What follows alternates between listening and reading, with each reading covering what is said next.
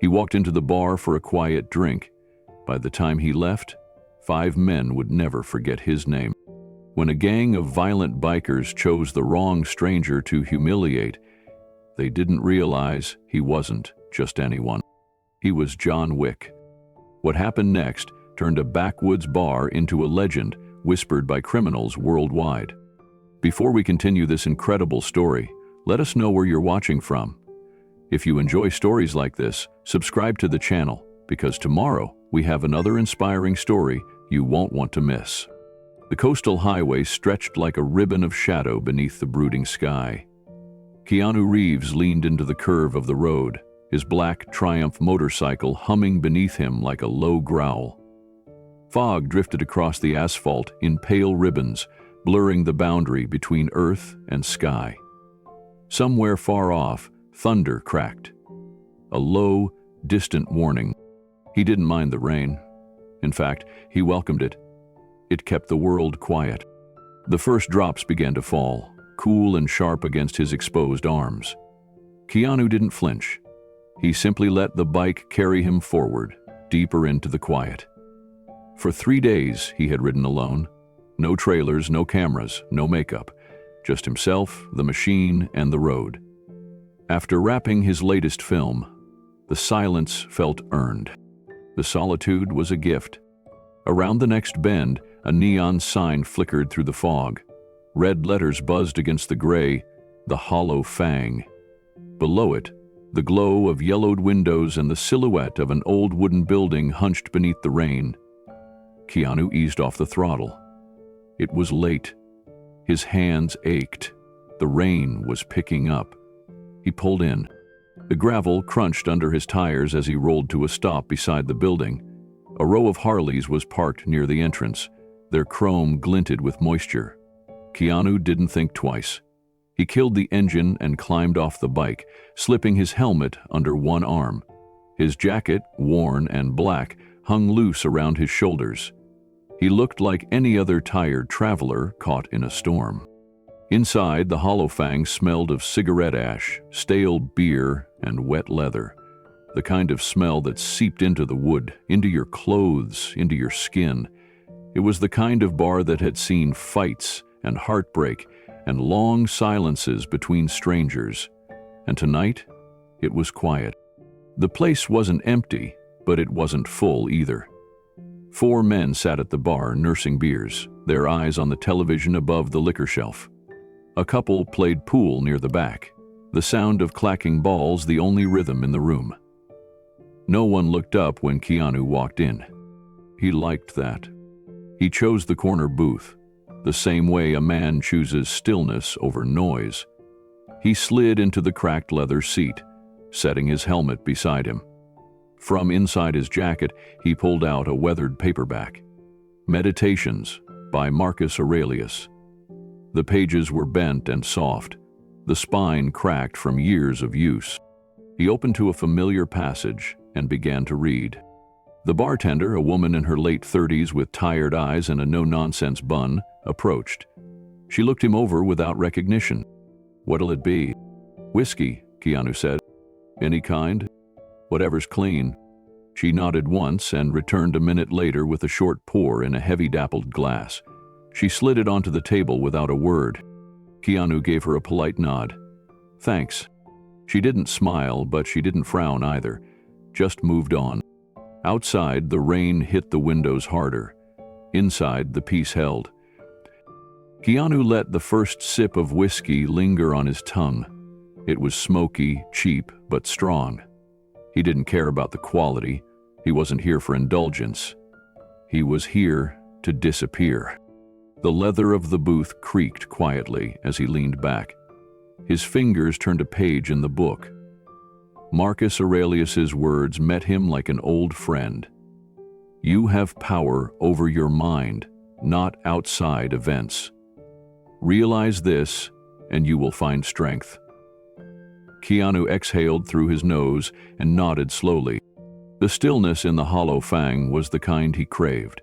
No flashes, no questions, no expectations. Just the low murmur of a sports announcer on the TV and the occasional scrape of cue sticks. He glanced around, studying the others through the haze of dim lighting. The 4 men at the bar looked like locals. Weathered faces, worn boots, ball caps and denim. Men who'd seen hard times and expected little else. They paid him no mind, and he returned the favor. The couple at the pool table were locked in their own world, laughter low and intimate. The woman glanced at Keanu once, perhaps wondering if she knew him from somewhere, but let the moment pass. That was the beauty of places like this. Recognition happened slowly, if at all. Keanu returned to his book. His mind drifted with the rhythm of the rain, the hum of neon, and the comforting detachment of anonymity. Every so often, he'd lift the glass, sip, and let the heat work through his chest. The bartender returned to her usual spot behind the bar, wiping glasses with a dish rag that had long lost its color. She didn't ask questions, just watched the room with practiced vigilance, her eyes steady and unreadable. Keanu caught her name on a wooden plaque above the bar mirror. Nora. Simple and unassuming, like the bar itself. The rain outside had turned into a steady downpour. Sheets of water ran down the window, blurring the outside world into shifting gray shapes. Lightning flashed in the distance. The sky grumbled. He turned another page. Something about that passage held him. Waste no more time arguing what a good man should be. Be one. That line always stayed with him. He closed the book for a moment and looked down at his calloused hands. Hands that had spent years mimicking violence on camera. Hands that had touched loss, carried grief, and held too many memories to name. He didn't need to be John Wick tonight. He didn't need to be anything at all. Just a man passing through, waiting for the storm to end. And for a while, that was enough. But storms have a way of drawing in more than just water and wind. Sometimes they carry something darker, something coming down the highway, and it would arrive very soon. The door creaked open briefly as another patron left, letting in a cold gust of rain and wind. Keanu barely looked up. He preferred places like this because of their rhythm. The rise and fall of quiet, the weight of silence between people who had nothing to prove. He traced a finger down the page of Meditations, the type of book that didn't just speak to him, it anchored him. Even after everything he had experienced in life, from fame to loss to years of training that blurred the line between acting and reality, those words still cut clean. He wasn't here to be seen. He was here to breathe. But even peace has a heartbeat, and he could feel it shift. There was a flicker in the energy of the room, subtle. A small hesitation in Nora's movement as she wiped down the bar. A slight stiffening of the shoulders on one of the old-timers perched on a stool. A glance toward the windows that held, for a second, too long. Keanu turned his head just slightly. Through the glass, obscured by fog and rain, headlights approached. A slow rumble grew louder outside. Engines, not cars, motorcycles. At least 5 of them. They didn't pull up casually. They rolled in like they owned the land. The kind of arrival you felt in your bones before you heard it in your ears. Keanu set his book down, closed it gently, and adjusted the glass on the table. He didn't tense. He didn't panic. He just breathed. The regulars at the bar went silent. One of them muttered something under his breath and stood up quickly, tossing a few crumpled bills onto the counter before heading toward the door. Nora's voice cut softly across the bar. "You don't want to be here when they walk in." But the man didn't respond. He just disappeared into the rain, pulling his jacket tighter. The door stayed closed for a moment longer, then it burst open. 5 men strode in, soaked with rain and cloaked in aggression. Their leather jackets bore the same emblem, a vulture's skull wrapped in barbed wire. Their boots stomped across the wooden floor with a practiced menace. They didn't speak at first. They didn't need to. The room shrank under their presence. Everyone felt it. Keanu watched them without reacting. His hands rested naturally on the table, calm, balanced, like a man who understood tension but didn't feed it. Nora looked toward him. Just for a second. He gave a small nod, the kind that said, "I'm fine." The bikers laughed as they took their place at the bar. One slapped the counter hard. "Round of whiskey," the leader barked. "Make it fast, sweetheart. We're celebrating." Nora didn't flinch. She poured. Keanu reached down and reopened his book. The room tried to return to normal. The pool balls clicked again in the distance. The TV buzzed with a muted commercial. But nothing was normal now. Something had shifted, and the storm had finally reached the Hollow Fang. The first to step fully into the Hollow Fang was Ray Maddox, known on the streets as Grudge. 6'4", built like a slab of concrete with a black beard streaked in gray and eyes that scanned the room like searchlights. His presence sucked the air out of the bar. Behind him followed his enforcer, a wiry man with sharp cheekbones and a scar slicing through his right eyebrow. That was Jax, short for Jackson Reyes, but nobody called him by his full name unless they were looking for a fight. Trailing close behind came Dusty, Leo, and Bo. Each wore the same leather cut with the Vultures MC patch stitched on the back, a skeletal bird clutching a rusted chain in its talons. Their patches were old, blood-stained in some places, sun-bleached in others. Each vest told a story. None of them were happy ones. Nora tensed the moment they walked in. She reached for a rag but didn't wipe anything. It was a motion of habit, of control. Her eyes flicked toward Keanu, still sitting quietly in the booth with his book. The 5 bikers spread out like they owned the room. Jax leaned against the bar and tapped it twice. "You heard the boss. 5 shots. None of that watered-down crap tonight." Bo laughed and slapped Leo on the back. "Grudge scored big. Big enough we don't gotta worry about counting bullets for a while." Nora placed 5 shot glasses in a row without a word and filled them all. The men cheered, grabbing their drinks like they were toasting to conquest. And in a way, they were. They were the kind of men who celebrated not just victory, but domination. Whoever got trampled along the way didn't matter. Grudge downed his drink in one gulp, then wiped his beard with the back of his hand.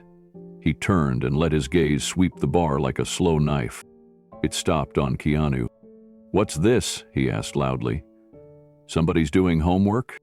Jax followed his line of sight. "Looks like we got ourselves a professor." Bo chuckled. "Ain't that cute?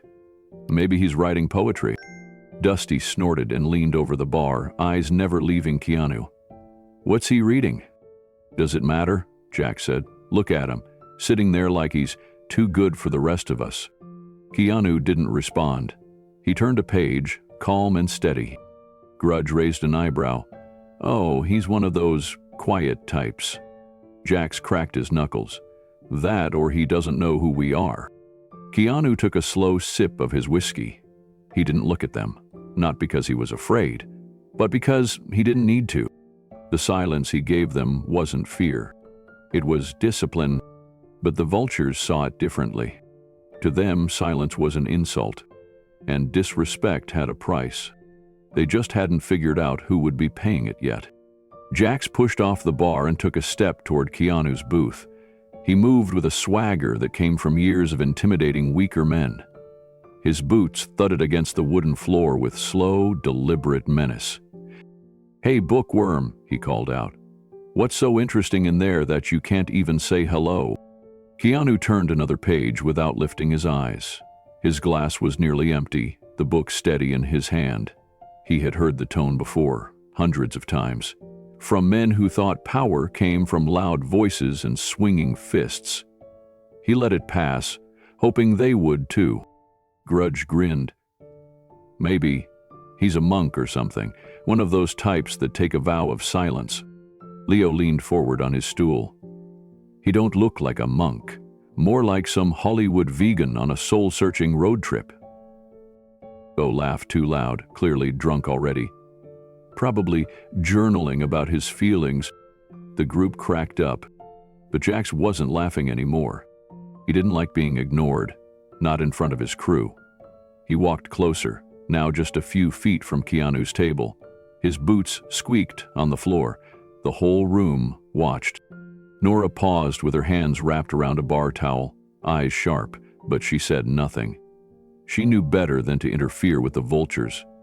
Still, her gaze flicked to Keanu. Just briefly. Keanu closed the book slowly and looked up for the first time. His eyes met Jax's, steady and calm. He didn't speak, didn't flinch, just held the man's gaze like a mirror. And something in that look made Jax hesitate. Just for a moment. Grudge noticed. "What's the matter, Jax? Getting philosophical on us?" Jax sneered, shaking off the feeling. "Not at all. Just trying to get our guest here to show some manners." He leaned in over the table, hands planted on either side of Keanu's drink. Keanu's voice was soft but firm. "I'm not here for trouble." Jax smirked. "That's so? 'Cause sitting in silence while we try to be friendly? That's kind of trouble where I'm from." "You came in looking for noise," Keanu said. "I came in looking for quiet. We don't have to share the same purpose." Grudge's chair screeched as he turned to face the booth. "Oh, we've got a poet and a preacher." Bo whistled low. "Hope he prays fast." Jax gritted his teeth. "You think you're better than us?" Keanu didn't answer. His silence wasn't passive. It was deliberate, grounded. And for men like the Vultures who thrived on fear and reaction, that silence burned worse than any insult. Grudge stepped in now, standing shoulder to shoulder with Jax. "Thing is," he said, his voice deeper now, darker, "when you walk into a bar wearing a smug face and holding a book like it's a shield, some people might think you're hiding." Keanu looked up at both of them. "Some things don't need hiding," he replied. "They just don't need explaining." Jax's jaw tightened. That was the moment the atmosphere truly changed. Grudge's lips curled into something between a smile and a threat. "You've got guts. I'll give you that." Dusty barked out a short laugh from the bar. "Better hope that book's hardcover, friend. Might need it to block what's coming." Nora moved behind the bar, pretending to polish glasses, but her hands had gone still. She'd seen too many of these nights, too many strangers who didn't realize how quickly things turned here. But this one was different. Something about the way the quiet man sat so still, so measured, set her teeth on edge. Jax took a step closer, now looming over the booth. "You don't talk much, do you?" "I talk when there's something worth saying," Keanu answered, voice low and steady. Grudge grinned again. "You think we're not worth your words? Or are you just too good for this place?" Keanu met his eyes. "I don't think I'm better than anyone. I just came in for a drink, that's all." The tension snapped tighter. Dusty and Leo stood up from their stools. Bo followed, his knuckles cracking like tiny fireworks in the thick silence. The pool balls stopped clacking. The TV buzzed quietly in the background, oblivious to the powder keg ready to ignite. Nora glanced toward the phone under the bar. Her fingers hovered just above it. "Let it go," she muttered to herself. But she knew they wouldn't. Jack slammed a hand on the table. The sound echoed through the bar like a gunshot. "You sit there, hiding behind fancy words and philosophy, acting like you're untouchable. You think that makes you strong?" Keanu didn't flinch. "No. I think knowing when not to strike is stronger than needing to." Bo scoffed. "What's that even mean?" "It means," Keanu said, folding his hands in front of him, "that real strength isn't loud. It listens, waits, chooses." Grudge leaned in. "Well, I choose now. I choose you getting the hell out of our bar before someone has to carry you." Keanu exhaled slowly. His eyes moved from Grudge to Jax, then to the others gathering behind them. Every step they'd taken was pushing him toward a decision he hadn't wanted to make. But peace isn't always possible. And some storms don't pass on their own. "I already paid for my drink," Keanu said. "I'll finish it, then I'll go." Grudge's tone dropped to a growl. "No, You'll go now." The rest of the vultures began to fan out, blocking exits, closing in. Nora's hand finally touched the phone. She didn't lift it yet, but she was close. Very close.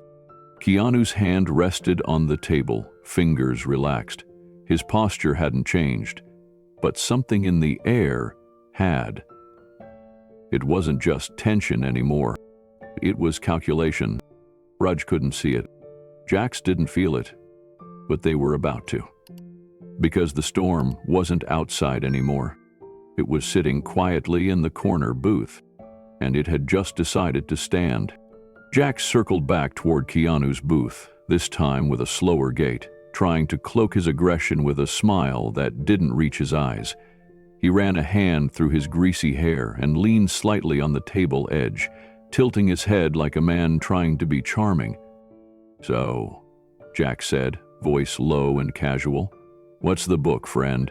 You some kind of professor out on a motorcycle retreat?" Keanu didn't respond immediately. He took a final sip of his whiskey, then marked his page with a napkin and set the book down gently on the table. His gaze lifted calmly to meet Jax's. "Meditations," he answered. "Marcus Aurelius?" Jax blinked twice. "Who?" "Roman emperor. Philosopher. Wrote about power, self-control, and duty." Jax chuckled. "Philosophy, that's what you're into?" Keanu gave a small nod. Jax turned toward his crew and raised his voice. "Hey boys, we've got ourselves a philosopher king over here." Bo snorted. Dusty laughed. Leo leaned against the wall, arms crossed, watching carefully. Jax turned back, now more amused than curious. "What's that garbage good for anyway? Doesn't help you in a real fight. Doesn't help when fists are flying or when someone's got a piece in your face."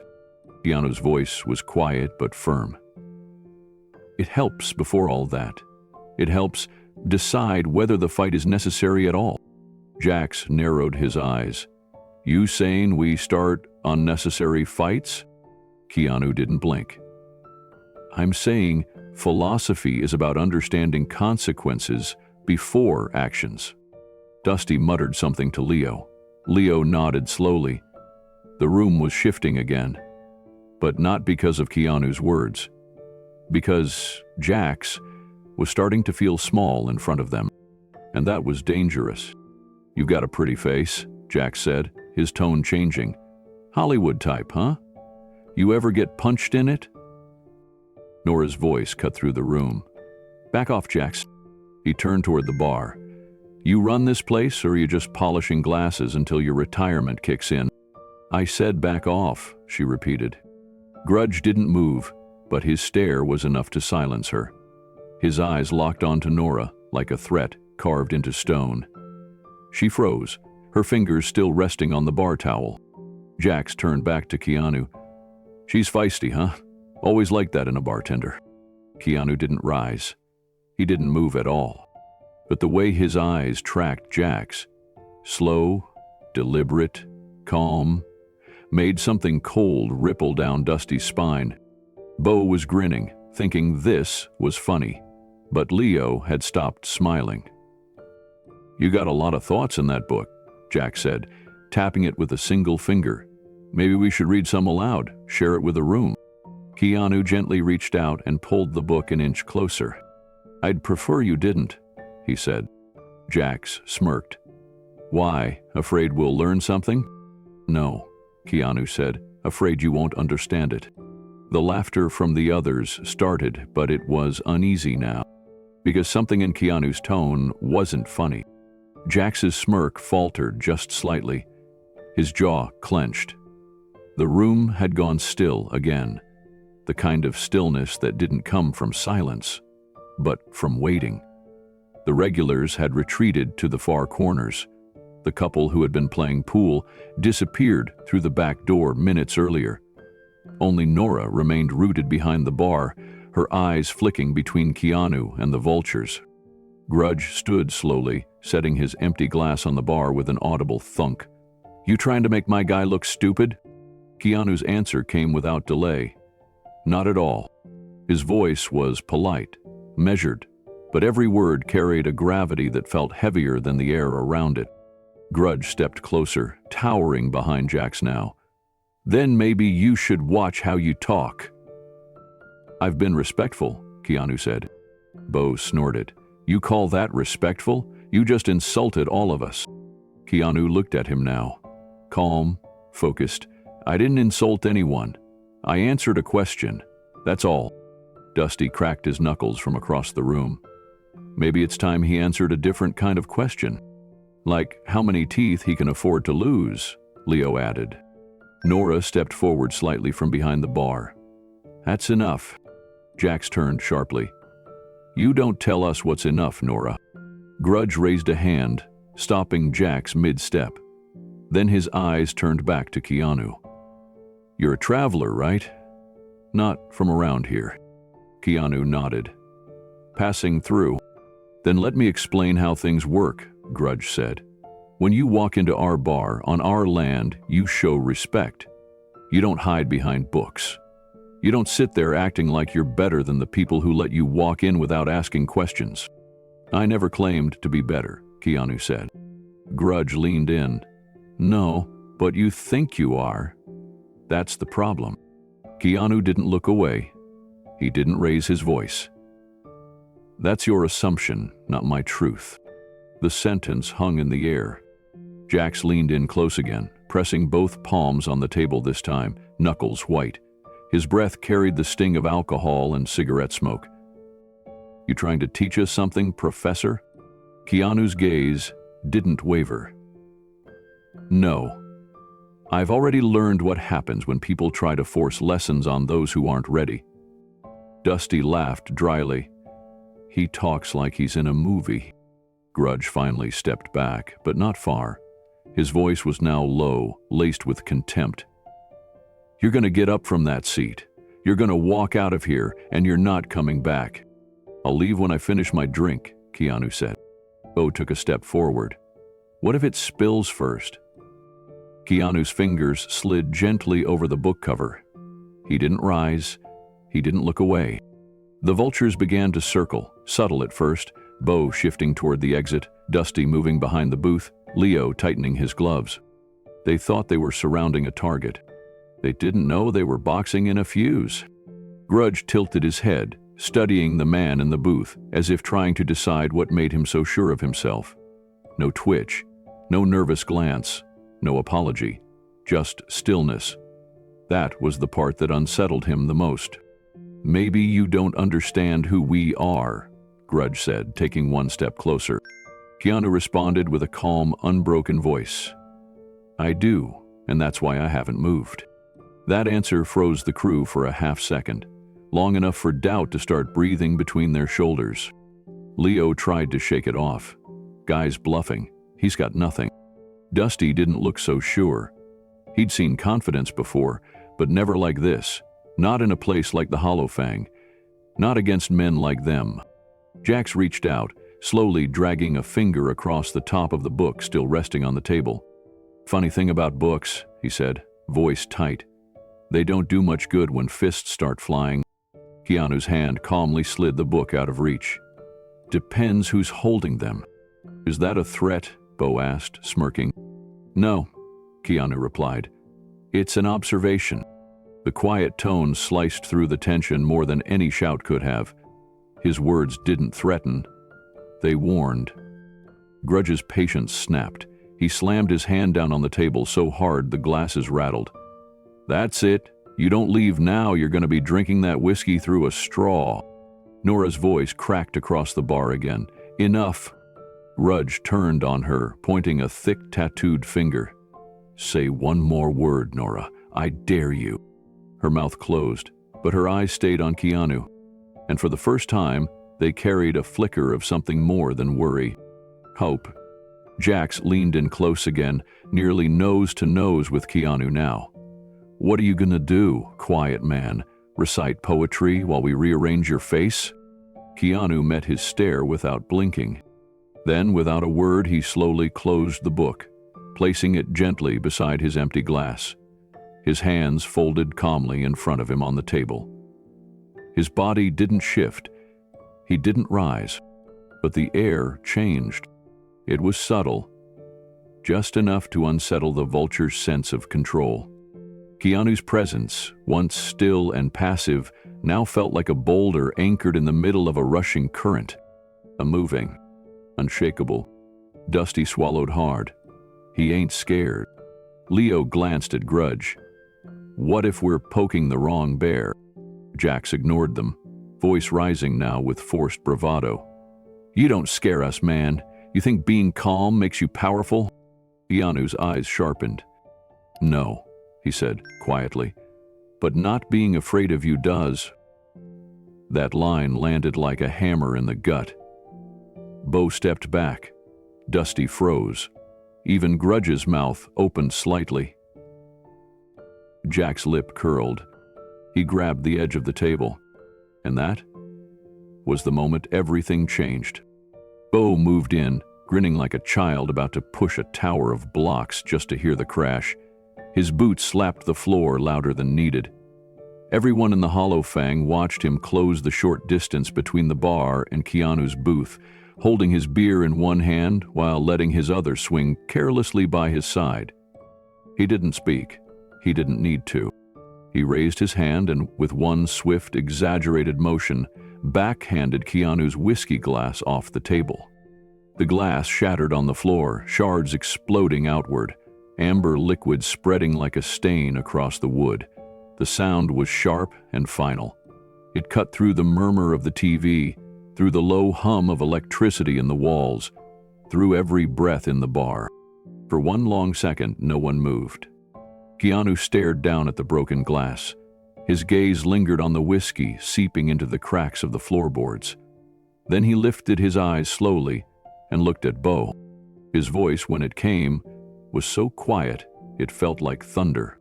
That was unnecessary. Boo laughed and took a long drink from his bottle. Oops. Dusty leaned on the edge of the bar, smirking. Guess that means no more reading time. Leo added, maybe it's bedtime for the philosopher. Keanu didn't reply. He didn't move an inch. His eyes remained locked on Bo, but his body was still, centered.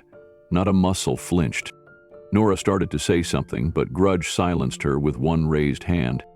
He stepped forward now, drawing himself up with theatrical bravado, enjoying the growing tension in the room. That's the second time you've made the wrong choice, stranger, Grudge said. You came in here thinking you could sit quietly and ignore us. Bad idea. Now you're gonna leave. Keanu's response was slow, precise, and clear.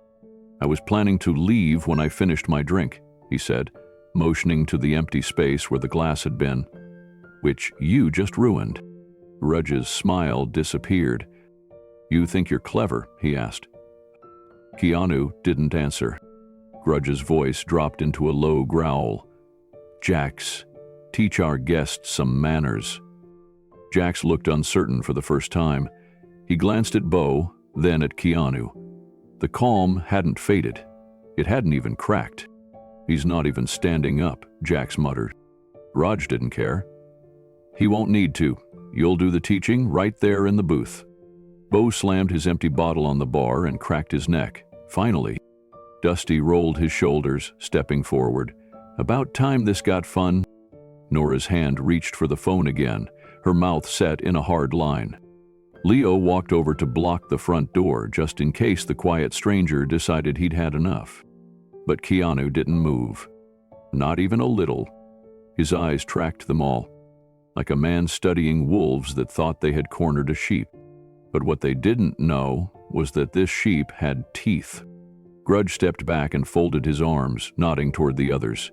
Let's see what kind of man hides behind silence. Jax moved first, circling toward the far end of the booth. Dusty flanked the opposite side, his boots creaking across the floorboards. Bo still stood near the shattered glass, rocking slightly on his heels, waiting for the signal to strike. Leo stood by the doorway, blocking the only real exit. Nora gripped the edge of the bar tighter. Her eyes darted between them all, then landed on Keanu. He hadn't moved. Not a muscle. Not a twitch. His breathing was calm, his hands were steady, his posture unchanged. Jax took another step closer, the weight of his boots thudding against the wood. "You should have walked out when you had the chance." Keanu didn't respond. Dusty leaned closer now, voice lower, more deliberate. "He's not even blinking." Bo laughed again, but it cracked this time. "Maybe he's meditating." Jax reached out, curling his fingers like a claw, and tapped the side of the table. "Hey, philosopher, you gonna say something or just stare us to death?" Keanu slowly turned his head and looked up at him. There was no malice in his eyes, but there was no fear either, and that was worse. "I gave you every chance to walk away," Keanu said. "You chose this." Jax snorted. "We haven't even started." "No," Keanu said. "You haven't." Bo shifted again. The joke wasn't funny anymore. His fingers twitched toward his jacket pocket. Instinct, muscle memory, maybe something more. Leo called out, "Just hit him, Jax. What's the holdup?" But something had changed in Jax's body. A hesitation. His hand flexed near his thigh. Keanu moved his right hand to rest atop his book. The motion was so ordinary, so slow, that it didn't register as a threat, but it was enough to freeze Jax in place. Dusty's voice wavered now. "He's not scared. Why isn't he scared?" Grudge barked. "Because he's an idiot, or he's faking, either way." "No," Nora said. Her voice cut across the room. Every head turned. She stepped forward from behind the bar, her hands trembling, but her voice steady. "You don't want to do this." Grudge glared at her. "Get back behind the bar, Nora." But she didn't move. She looked straight at Keanu. Her voice dropped to something only he could hear. "You're not afraid of them, are you?" Keanu's eyes met hers. Calm. Grounded. "No," he said. Grudge growled. "Last chance." Keanu stood slowly. One smooth, effortless movement. No flinch, no tension. His body shifted like a blade being drawn from its sheath. He looked at the broken glass on the floor, then at Grudge. "You've mistaken quiet for weakness," he said. "That's not going to end well for you." The lights flickered as thunder cracked outside. And for the first time, even the vultures weren't sure who the predator was. Grudge's fists curled at his sides. "You really think you're going to scare us with riddles?" Bo stepped in, shoving the table with his knee, knocking it into Keanu's legs. "Maybe he thinks he's a ninja or something." Keanu didn't stumble. He didn't even react to the table's jolt. He stepped around it slowly, standing tall now, calm, centered, utterly unmoved. "I don't think anything," Keanu said. "I observe. And right now I see 5 men who have no idea what's about to happen." Dusty scoffed. "You're not armed." Keanu's eyes moved to him. "Neither are you, but you think that means something." Leo shifted uneasily near the door. Bo's voice cracked. "What is this, a movie?" Grudge took one step closer. "Enough." He pointed at Keanu like he was delivering a death sentence. "Teach this guy some respect. I want him on the floor." Jax moved first. He reached out, quick and clumsy, aiming to grab Keanu by the collar. But the hand never made it. Keanu's body exploded into motion, clean, precise, sudden. In one swift movement, he gripped Jax's wrist with iron force, twisting it until the biker let out a bark of pain. Keanu pivoted his body, sending Jax crashing into the side of the booth with a loud thud. He dropped hard, gasping, stunned. Bo rushed next, swinging wide with his bottle like it was a club. Keanu ducked smoothly, stepped inside the arc of the swing, and drove his elbow into Bo's sternum. The biker folded instantly, all air gone from his lungs, dropping to the floor like a sack of bricks. Dusty froze mid-step. Leo hesitated near the door. Grudge stood still, staring. Keanu didn't speak. He didn't taunt. He simply straightened his jacket and looked around. 2 men down, 3 standing. The silence that followed wasn't peace. It was fear. Jax rolled on the ground, groaning. Bo was curled against a bar stool, coughing, gasping. Dusty took a step back. Leo swallowed hard. Grudge's voice cracked through the quiet. "What are you?" Keanu finally spoke again. "I was hoping you'd never ask." Nora stood behind the bar now, eyes wide. She wasn't shaking anymore, because she saw it. She saw what the others were just starting to realize. This wasn't about ego. It wasn't even about defense. This was about precision, control, judgment. "You should have walked away," Keanu said softly. Dusty looked at Grudge, panic creeping in.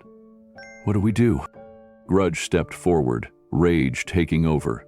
"We end this. Now," he charged. Keanu didn't flinch. And outside, the storm thundered again. But inside the Hollow Fang, the real storm had already begun. Jacques wasn't finished.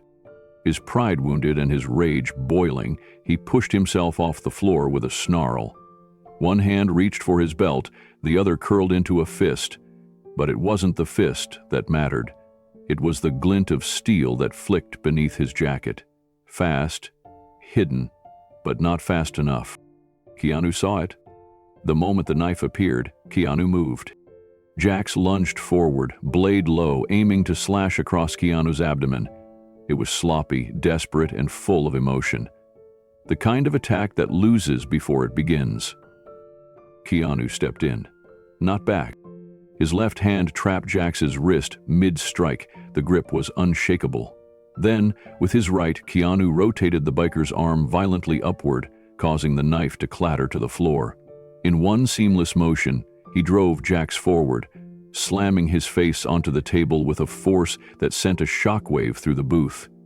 The entire structure trembled. A glass bounced and shattered.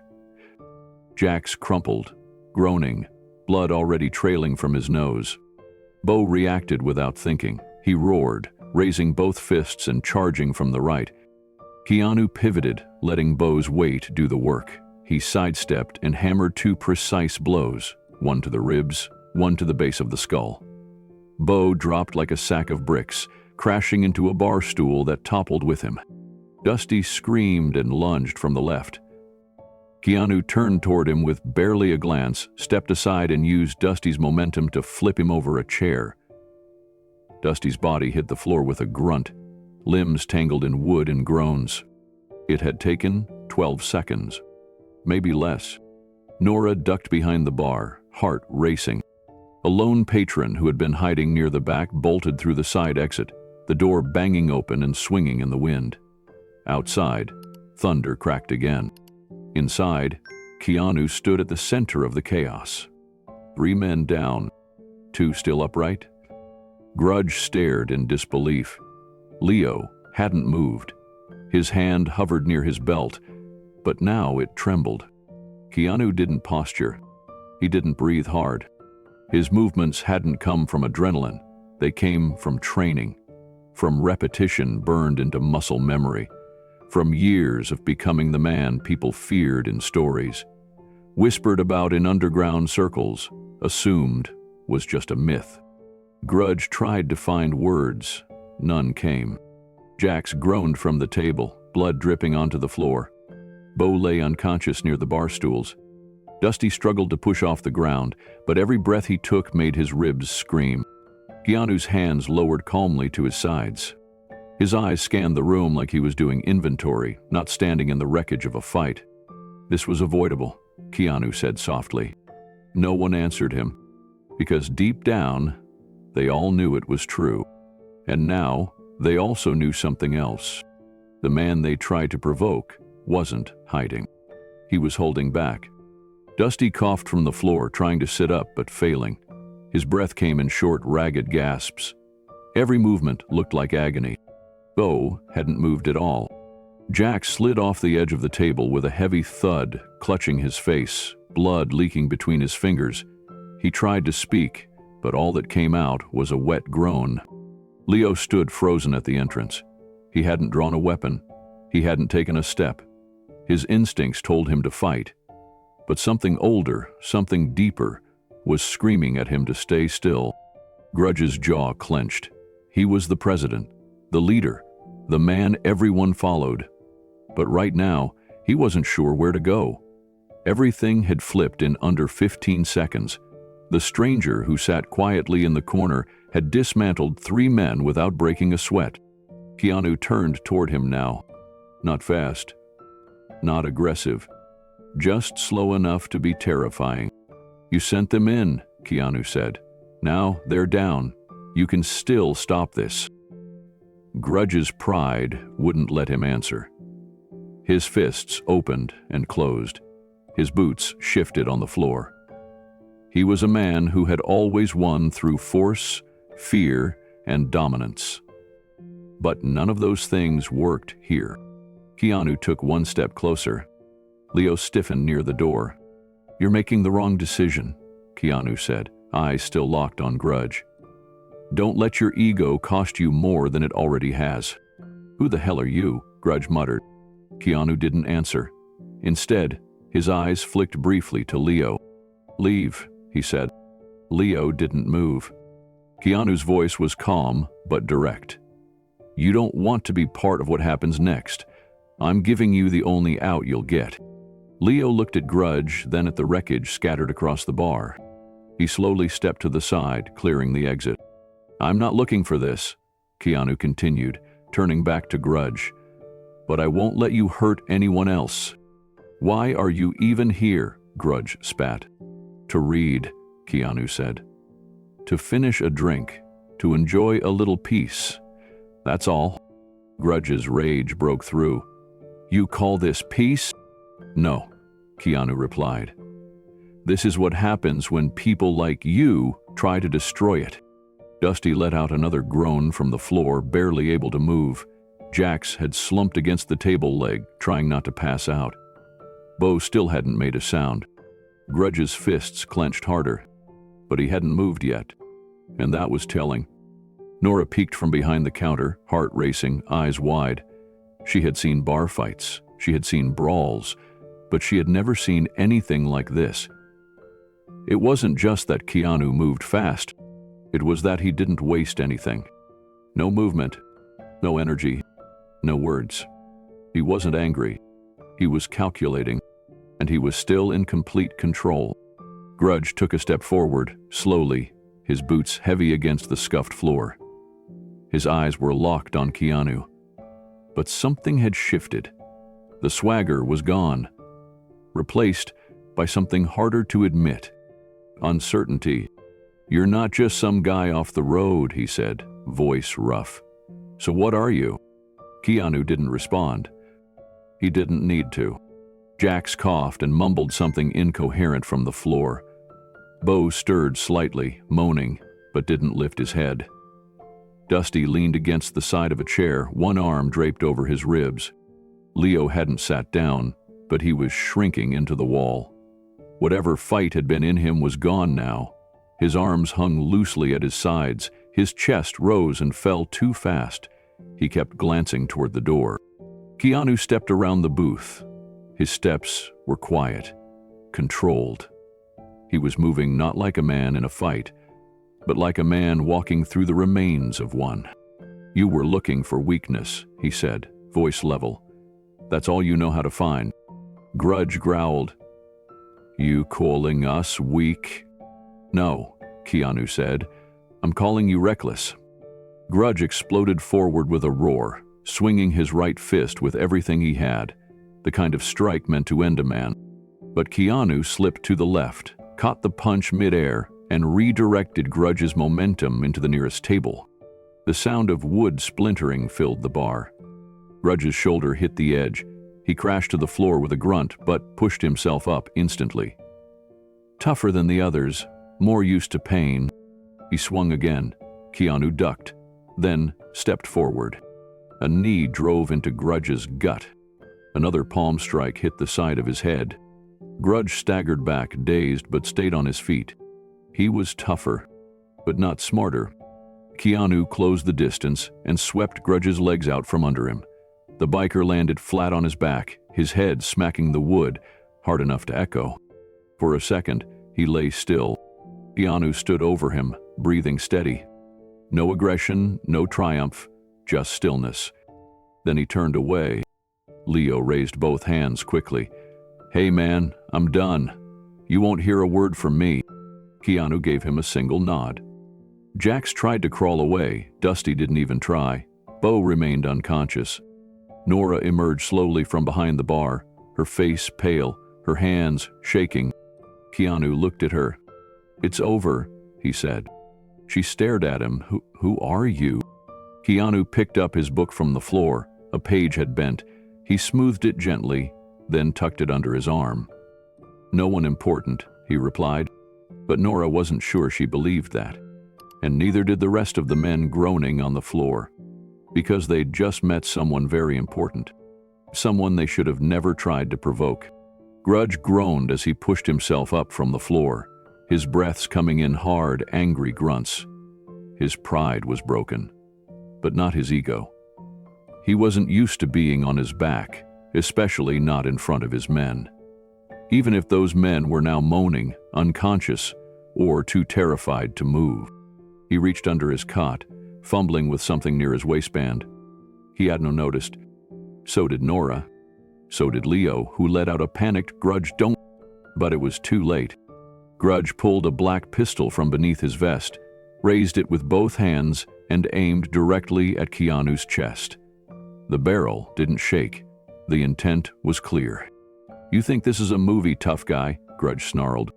Keanu turned slowly to face him, the book still tucked under his arm, his hands at his sides. His expression hadn't changed, not with the broken bodies around him, not with a loaded gun pointed at his heart. Grudge's finger hovered near the trigger. The room held its breath. Keanu met his eyes, calm and unwavering. And then he spoke 5 words, slow, deliberate, deadly. "My name is John Wick." The room froze. The name hit like thunder. Even the sound of rain outside seemed to pause. Leo took a step back. Dusty, still on the ground, let out a shaky breath. No way." Nora's mouth dropped open slightly. Her eyes widened, hands trembling. Jax, bruised and half-conscious, began pushing himself backward, trying to get away from the man he now realized wasn't just a stranger. Grudge didn't move, but something in his eyes flickered. "No," he said, his voice quieter now. "You're lying." Keanu took a step forward. Grudge didn't lower the gun. "You think hiding behind a legend's name is going to save you?" Grudge spat. "John Wick is a story, a myth." Keanu stopped walking. "Then tell me, how many men do you know who can do what I just did in under 15 seconds? Grudge didn't answer. Keanu tilted his head slightly. "How many people do you know who don't flinch when a gun is pointed at them?" The silence pressed in. Jax had stopped moving, frozen in place. Bo groaned from the floor, trying to lift his head. Dusty looked away. Leo said nothing. He had gone completely still. Grudge's arms were locked, his aim steady, but his hands were damp now, a sheen of sweat forming across his knuckles. "You chose violence," Keanu said, his voice even. "I chose to ignore it." Grudge sneered. "Yeah, looks like you changed your mind." "I responded," Keanu said. "There's a difference." Grudge's finger tensed on the trigger. "You know what I see," he said, voice low, dangerous. "I see a man trying to scare people with a name. That's all it is. A name." Keanu looked down briefly at the floor, then back up. "Sometimes," he said, "a name is enough." Grudge tightened his grip on the gun, but his voice cracked slightly as he spoke. "Even if you are him, what makes you think you walk out of here?" Keanu didn't blink. "Because if I don't, no one else will either." The words weren't shouted, they weren't dramatic, but they landed like a freight train. Leo backed further toward the wall, shaking his head. "He's serious. He's not bluffing." Dusty groaned from the floor. That's why he wasn't scared. He knew. Jax's voice was slurred but frantic. "Get rid of the gun, Grudge. Just stop." Grudge turned toward him, snapping, "Shut up!" But the fear in Jax's voice was unmistakable. He knew exactly who was standing in front of them now. He'd heard the stories. Everyone in the underworld had. A man who didn't brag, a man who didn't threaten. He simply executed, quietly, efficiently, without emotion. Grudge's arms twitched. The gun trembled for a second. Keanu took another step forward. "You don't want to do this," he said calmly. "I already did," Grudge snapped, trying to steady his breath. Keanu tilted his head. "Then why haven't you pulled the trigger?" Grudge's mouth opened, but nothing came out. "I'll tell you why," Keanu continued. "Because deep down, you believe the stories. You believe that if you pull that trigger, I won't fall. But you will." Outside, the storm rolled again, distant thunder crawling across the sky like a slow warning. Nora stood frozen behind the bar, her lips parted, eyes fixed on the gun. Keanu's voice dropped to a whisper. "You pulled your weapon out of pride, not purpose. And pride is always the weakest part of a man." Grudge flinched, just a little, but Keanu saw it. Everyone saw it. Bo groaned again. Dusty winced on the ground. Jax stared with wide, terrified eyes. Leo spoke up softly. "Grudge? Just put it down, man. Please." "I'm not afraid of him," Grudge barked, his eyes never leaving Keanu's. Keanu nodded once. "You should be." The words came out like a verdict. Calm. Final. Not a threat. A fact. Grudge's arms trembled now. Sweat rolled down his temple. Keanu raised both hands slowly, palms open, showing no weapon. "This ends one of two ways," he said. "You choose." Grudge's finger hovered over the trigger. And that was when Nora's voice broke the tension. "He's not bluffing. I saw him drop 3 of you before you could blink. And that," she nodded toward Keanu, "wasn't even close to what he's capable of." Grudge turned to glare at her, distracted for the briefest moment. And in that half-second, Keanu moved. He didn't run. He didn't strike. He simply stepped closer, closing the distance, unarmed, standing directly in the gun's path. A challenge in silence. Grudge stared, finger tight on the trigger. Keanu waited. The room waited. Grudge's finger twitched, but he didn't pull the trigger. He couldn't. The longer he stared into Keanu's eyes, the more the truth pressed down on him like a weight he couldn't shake off. There was no fear in those eyes, no hesitation, just stillness. The kind of stillness that comes before a storm, before something breaks. "You think standing there makes you strong?" Grudge spat. "You think not being scared makes you invincible?" Keanu didn't move. "No. I think standing here means I've accepted what might happen. The difference is, you haven't." Leo dropped his head into his hands. "Oh God, we picked the wrong guy." Dusty groaned again from the floor, nodding weakly. "Way, way wrong." Grudge was sweating now, the gun still aimed but his grip loose, trembling. "You could have walked out," he muttered. "I was going to," Keanu replied. "You wouldn't let me. You broke Bo's ribs, put Jax through a table. You sent them," Keanu said, voice sharper now. "You told them to attack. You made a choice." Grudge stepped back, just one step, but it said everything. And then Keanu took one forward, closing the gap. His voice dropped to a near whisper. "The only reason you're still standing is because I haven't taken the choice away from you." The pistol lowered half an inch. Keanu kept going. "You think I'm here to win a fight? No. I'm here to finish it. Clean. Done. Quiet." Grudge's mouth opened again, but no sound came out. "You drew the gun to prove you were still in control," Keanu said. "But you're not. That ended when you let fear take over." Grudge looked at his crew. Broken, scattered, humiliated. Leo was silently pleading with his eyes. Jax had his head down, face bloodied and hollow. Bo hadn't moved. Dusty looked like he might pass out again. "You've lost," Keanu said plainly. "Now, ask yourself, how much more do you want to lose before you admit it?" The gun dropped another inch. Grudge breathed hard through his nose.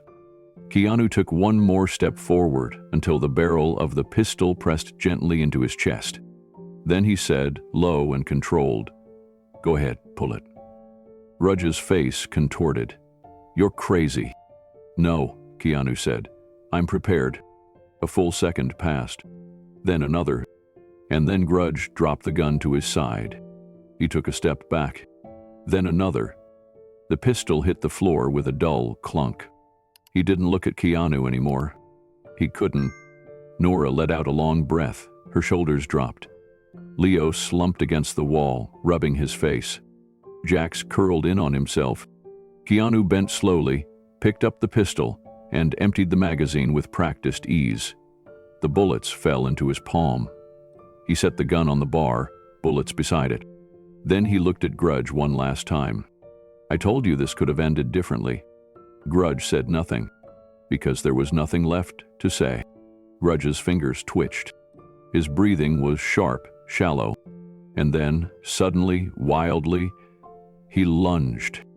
With a yell of frustration, he scooped the pistol off the bar, raised it in a single motion, and pulled the trigger. Click.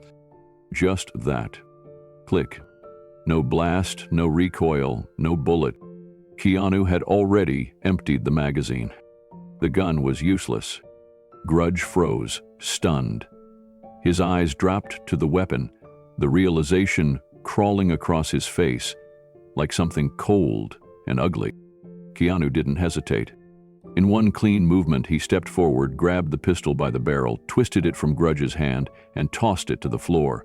It landed with a clatter and skidded across the wood. Then he turned to face the room. All of it.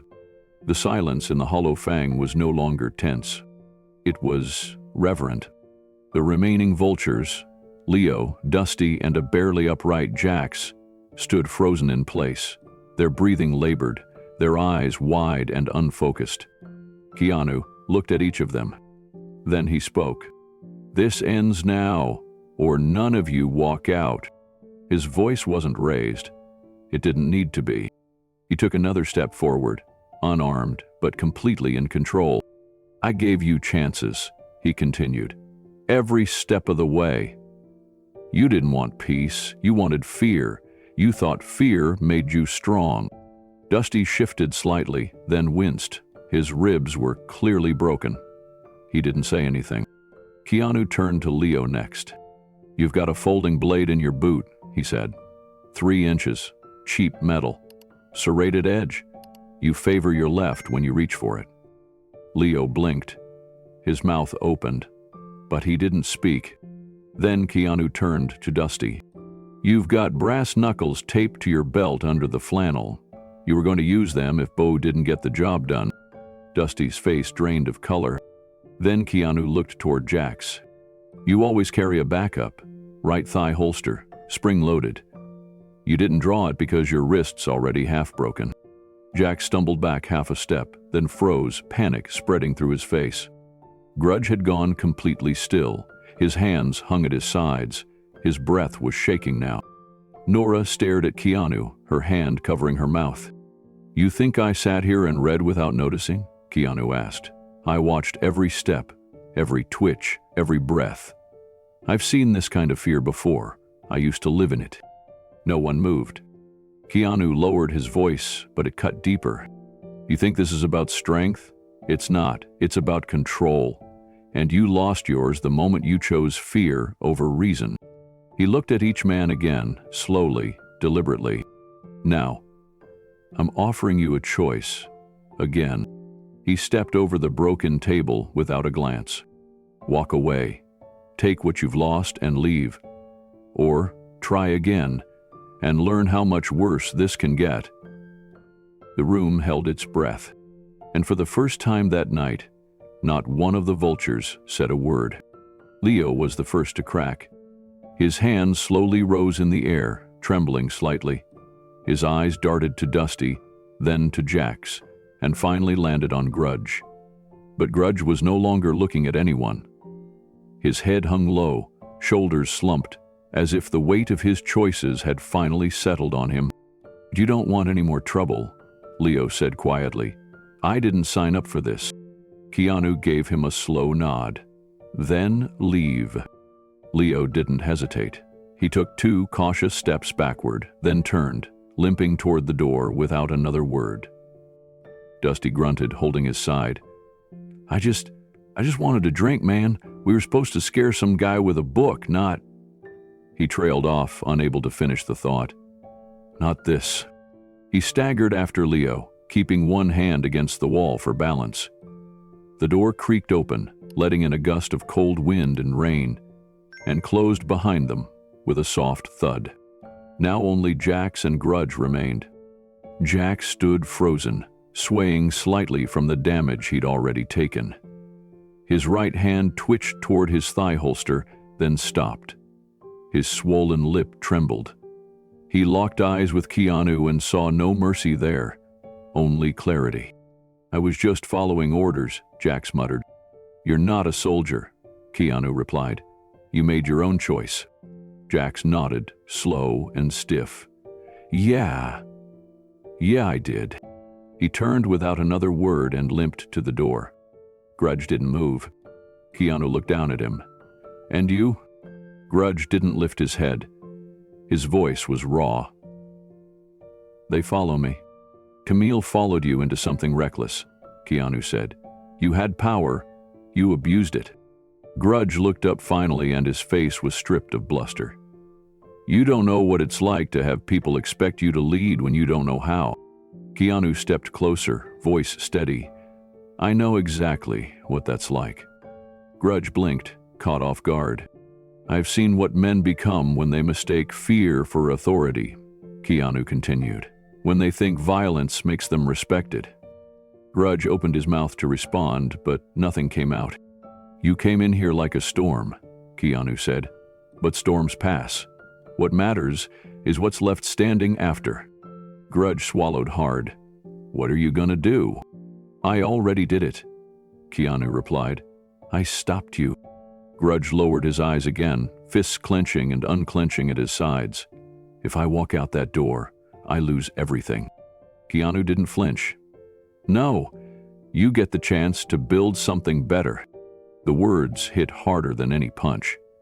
Grudge stared at the floor, breathing unevenly, then finally, slowly, took a step back. "I'm done," he said hoarsely. "I'm not coming back here." Keanu gave him one last look. "See that you don't." And with that, Grudge turned and walked out into the storm. Alone. The bar door swung shut behind Grudge, rattling in its frame as the wind howled outside. The Hollow Fang was quiet again. Not the same quiet from before. This was deeper, heavier, like the room itself had exhaled. Nora slowly stood from behind the bar. Her hands were still shaking slightly as she surveyed the wreckage. Chairs overturned, glass scattered, blood on the floor, but less than there could have been. She looked at Keanu. "Is it really over?" He nodded once, then bent down to retrieve his book from the floor. It was a little wet from spilled whiskey, the pages bent but otherwise intact. He gently smoothed out the cover, then sat back in the booth, just like before, as if nothing had happened. Nora came out from behind the bar and walked slowly toward him. "You knew the gun was empty?" "Yes," Keanu said softly. "He'd already used it earlier this week. I could smell the old powder residue. The clip was still light." She blinked. "You counted bullets?" He didn't answer. Nora shook her head in disbelief. "You sat there, calm as ice, knowing that guy might shoot you?" Keanu looked at the book in his hands. "If I moved too soon, someone else might have gotten hurt." Her eyes softened. "And if you moved too late, it might have been you." He shrugged gently. "Then it would have been me." Nora stood in silence for a moment, watching him.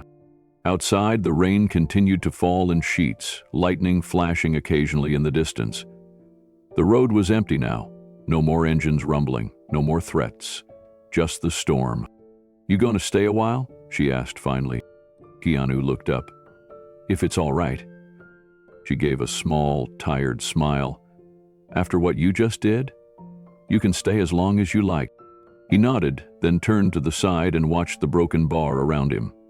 The aftermath of fear, violence, and pride, all calmed by quiet resolve. Nora returned to the bar and began cleaning. She worked slowly, glass by glass, step by step, while Keanu resumed reading. The pages turned softly, his breathing even. Time passed. The lights flickered once, then steadied. The door creaked again, but it was just the wind. Eventually, Nora looked up again. "Can I ask you something?"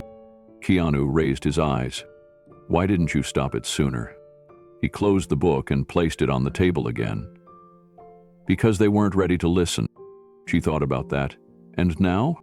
"Now," he said, "they might be." There was a silence between them. Not heavy, just still. Then Nora nodded. "You ever get tired of cleaning up the messes other people make?" Keanu's answer came without hesitation. "Every day."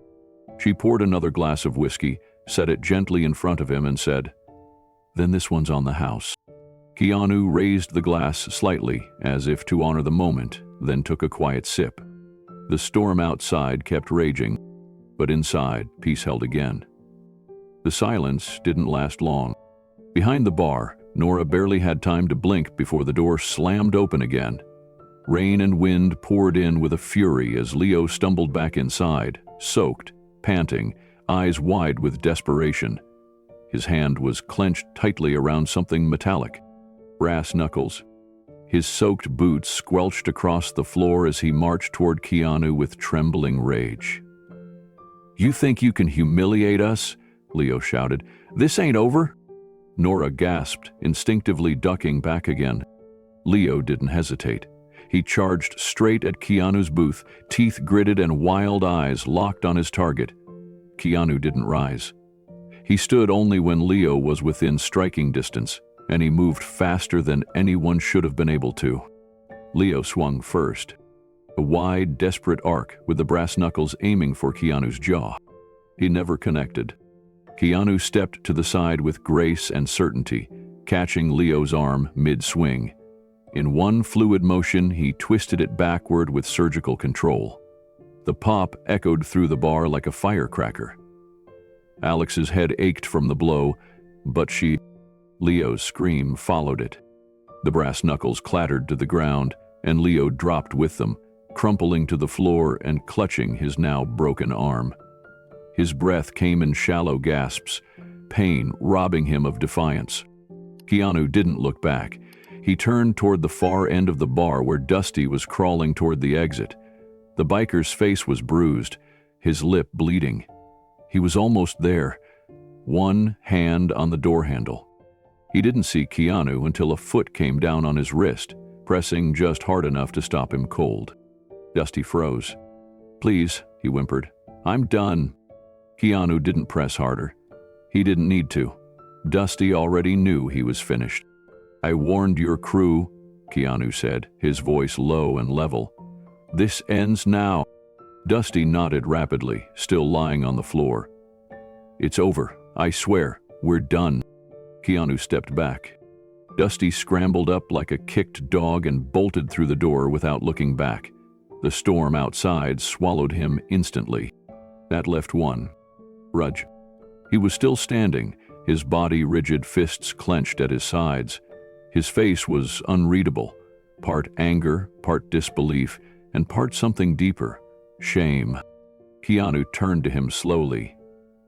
"You're the only one left," Grudge growled. "We don't back down." Keanu's eyes didn't blink. "Then fall." Grudge roared and charged. It was pure rage, no calculation, no restraint. He was a wrecking ball of fury, aiming to crush everything in his path. Keanu didn't move until the last possible second. When he did, it was like watching a master at work. He ducked the first swing, planted a foot behind Grudge's lead leg, and used his own momentum against him. Grudge stumbled, but before he could correct, Keanu drove an elbow into his sternum. The air left his lungs in a single choking gasp. Keanu followed with 2 body shots, precise, powerful, efficient. Grudge staggered. Another step, and Keanu pivoted, sweeping Grudge's legs from under him with a low spin. The biker hit the ground hard. But he wasn't done yet. Grudge roared again, trying to rise, but Keanu was already there. A sharp strike to the shoulder, another to the ribs, then a final move that dropped Grudge completely. He lay still. Rain battered the windows. A chair tipped in the corner from the aftershock of movement. Nora peeked slowly from behind the bar, her voice soft and filled with awe. "Are you really?" Keanu looked over at her and gave a quiet nod. Nora stepped out from behind the bar. Her boots crunched lightly on shattered glass as she made her way across the wreckage. Her hands trembled slightly, but her eyes never left Keanu. Not anymore. He stood in the middle of the room like a stone pillar, unmoved by chaos, unshaken by fear. Grudge groaned at his feet, struggling to breathe. The others remained where they'd fallen, battered and silent. The Hollow Fang looked like a war zone, but somehow, Keanu had made it feel like the safest place on Earth. She whispered again, a little louder this time.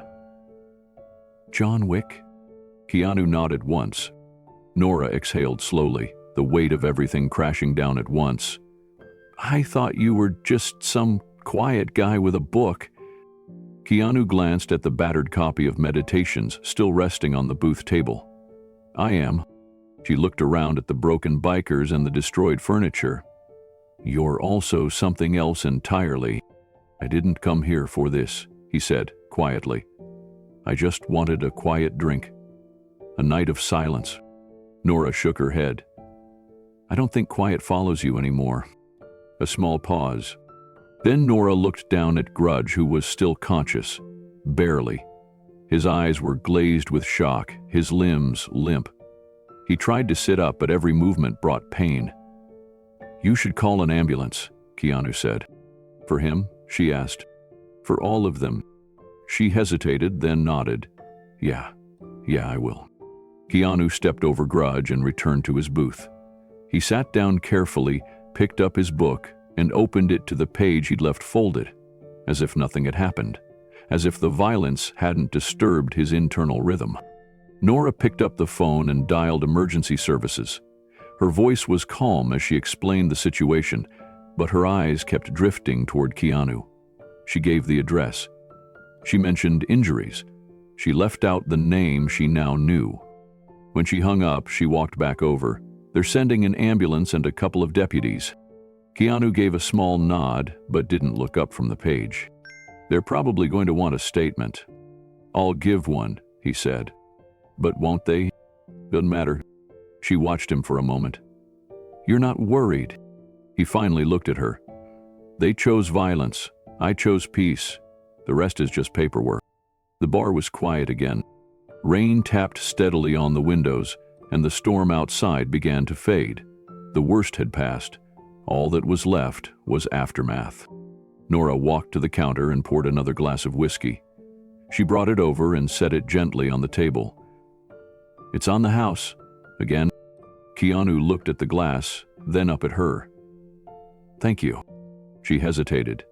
"You know, most people wouldn't have shown restraint."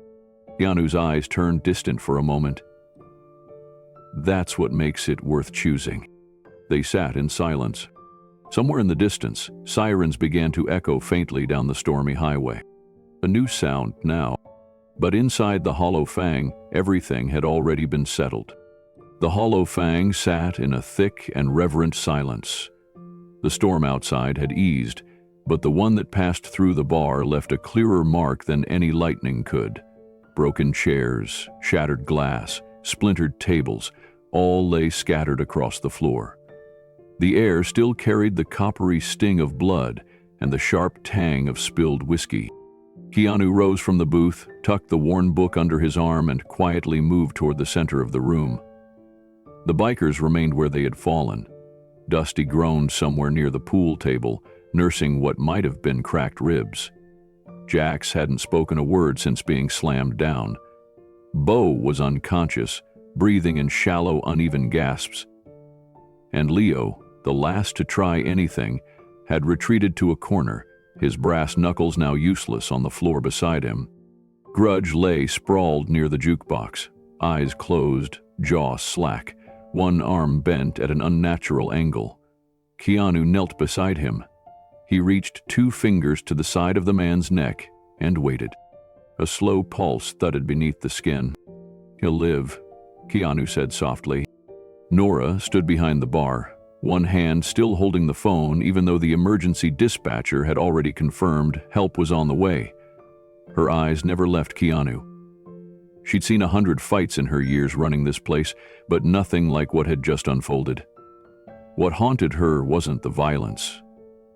It was the stillness, the precise, calculating calm. Keanu gently placed Grudge's hand over his chest and stood. His eyes scanned the bar, and then he did something no one expected. He began picking up the chairs. One by one, he righted the bar stools, lifted a tipped booth bench, set a crooked table upright. His movements were slow, deliberate, almost respectful, as if restoring the place mattered more than anything else. Leo shifted in his corner, his voice trembling. "Please, I didn't mean to. I just followed the others. I didn't want it to go this far." Keanu didn't look at him. Leo crawled forward on one elbow, his face streaked with sweat and blood. "I don't want to be part of this anymore. I swear. I'm done." Keanu finally turned to him. There was no anger in his eyes, no heat, only something colder, still, balanced. "You have a choice," Keanu said. Leo nodded quickly. "Anything, anything." "Surrender," Keanu said. "Confess, or face worse than this the next time you raise your hand to hurt someone weaker than you." Leo dropped his head to the floor. "I surrender. I'll confess."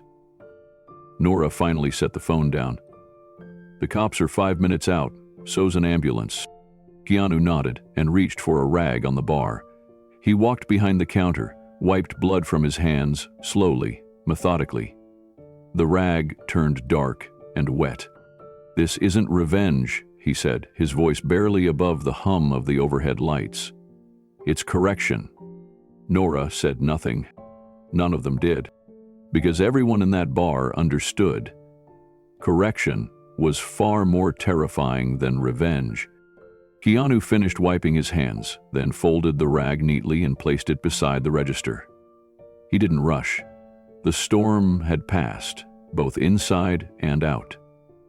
Rain now came in soft drizzles against the windows, barely audible over the wheezing breath of the battered bikers. He returned to the booth. The copy of Meditations by Marcus Aurelius still waited where he left it, its spine slightly bent, one dog-eared page creased with care. Keanu sat down again, as if the evening had never been interrupted, as if silence, once lost, could still be reclaimed. Nora walked over slowly, her boots echoing softly on the damp floor. "I've seen a lot of things in this place," she said. "Fights, threats, bad men pretending to be worse. But I've never seen anything like tonight." Keanu didn't respond. He opened the book to the page he had been reading. His eyes scanned the familiar words. Nora leaned against the booth. "I think I owe you a thank you," she said. Keanu looked up. "Don't. You could have killed them," she whispered. "But you didn't." "The man already buried themselves with their choices," Keanu said. "I just made sure they stopped digging." She looked at the bikers. Dusty still hadn't moved. Bo was waking up, groaning softly. Jax sat slumped against the wall, his stare unfocused. Leo had crawled into a seated position, arms wrapped around his knees, silent and ashamed, and Grudge remained where Keanu had left him, alive but changed. Keanu closed the book and stood. "You'll want to tell the truth when the officers come," he said. Nora nodded. "I will." He looked over at Leo. All of you should." Leo nodded frantically. Footsteps scraped against the floor. Dusty tried to rise but winced and fell back. Jax wiped blood from his brow. The weight of the moment hung heavy, more than physical pain. It was something deeper. They had walked into that bar thinking they owned it. That violence made them strong. They were leaving, those who could still walk, with the knowledge that strength could look like stillness, that silence could break you more than fists ever could. From outside, red and blue lights began to flicker across the walls. The sirens had quieted to a distant hum, now overtaken by the muted thrum of police radios and footsteps, splashing across the wet pavement. Keanu turned to Nora one last time. "If they ask for names." She raised a brow. He gave the faintest of smiles. "Tell them John was just passing through." She let out a soft breath and nodded. "Got it." Keanu slipped the book into his coat. His silhouette framed against the bar's old wooden doorway, backlit by flashing lights. Then, without another word, he walked out into the rain. The glass still crunched beneath the soles of his boots. The deputies entered seconds later, two men in soaked uniforms, eyes widening as they took in the scene. The destruction, the groaning bodies. Nora raised her hands calmly. "We need medics," she said, "now." One of the officers scanned the room, stunned.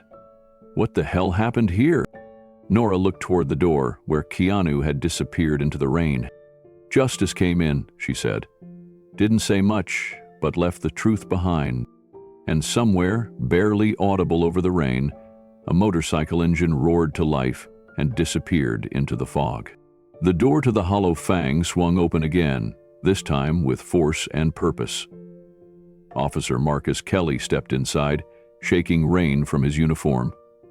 A 20-year veteran of the county sheriff's department, he had seen his fair share of bar fights, biker brawls, and drunken meltdowns. But nothing prepared him for what he saw now. Tables split in half, chairs shattered like matchsticks, blood smeared across the wooden floor, and 5 members of the notorious Vultures MC, either unconscious or groaning in various states of defeat. Nora stood behind the bar, hands steady despite the adrenaline still rushing through her. She raised her voice to greet him. "They're alive, mostly. Paramedics are on the way." Kelly took 2 slow steps forward, his eyes scanning the room. "What the hell happened here?" "Davy picked the wrong man," Nora said. Kelly turned toward the remaining standing figure. Keanu Reeves. Calm, composed, not a scratch on him that he couldn't ignore. One of the younger officers, Harris, entered behind Kelly and immediately reached for his holster when he saw Keanu standing among the wreckage. "Easy," Kelly said without looking back. "This man doesn't need cuffing, not yet." Keanu nodded once. "I didn't come here to fight." "No one does," Kelly said. "But it sure looks like a war zone." Nora stepped forward, wiping her hands with a bar towel. "They came in swinging, loud, drunk, aggressive, started picking fights with the regulars, then zeroed in on him." "Did you see who struck first?" Kelly asked. Nora gestured toward the broken glass near the booth. They smashed his drink, surrounded him. One of them, Jax, I think, pulled a knife. That's when it all exploded. Kelly raised an eyebrow at Keanu. "That true?" Keanu reached into his jacket slowly. "I didn't retaliate until they made it unavoidable." He pulled out a small, black USB stick and handed it to Kelly. "But it's bigger than tonight. That contains evidence. Names, photos, records of what they've done." Kelly held the USB in his palm, weighing more than just the plastic. "What am I looking at?" "Stolen weapons shipments, drug routes from Mexico, missing persons tied to their club. You'll find photos of victims, some still alive, some not," Keanu said. "You've had suspicions. This will fill in the blanks." The door opened again as 2 paramedics rushed inside with gear and stretchers. They immediately went to work checking pulses and tending to wounds. Dusty whimpered when one of them touched his ribs. Leo avoided eye contact, cradling his broken arm. Jax stared at nothing. vacant.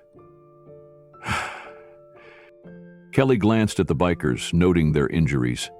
Black eyes, swollen jaws, fractured limbs.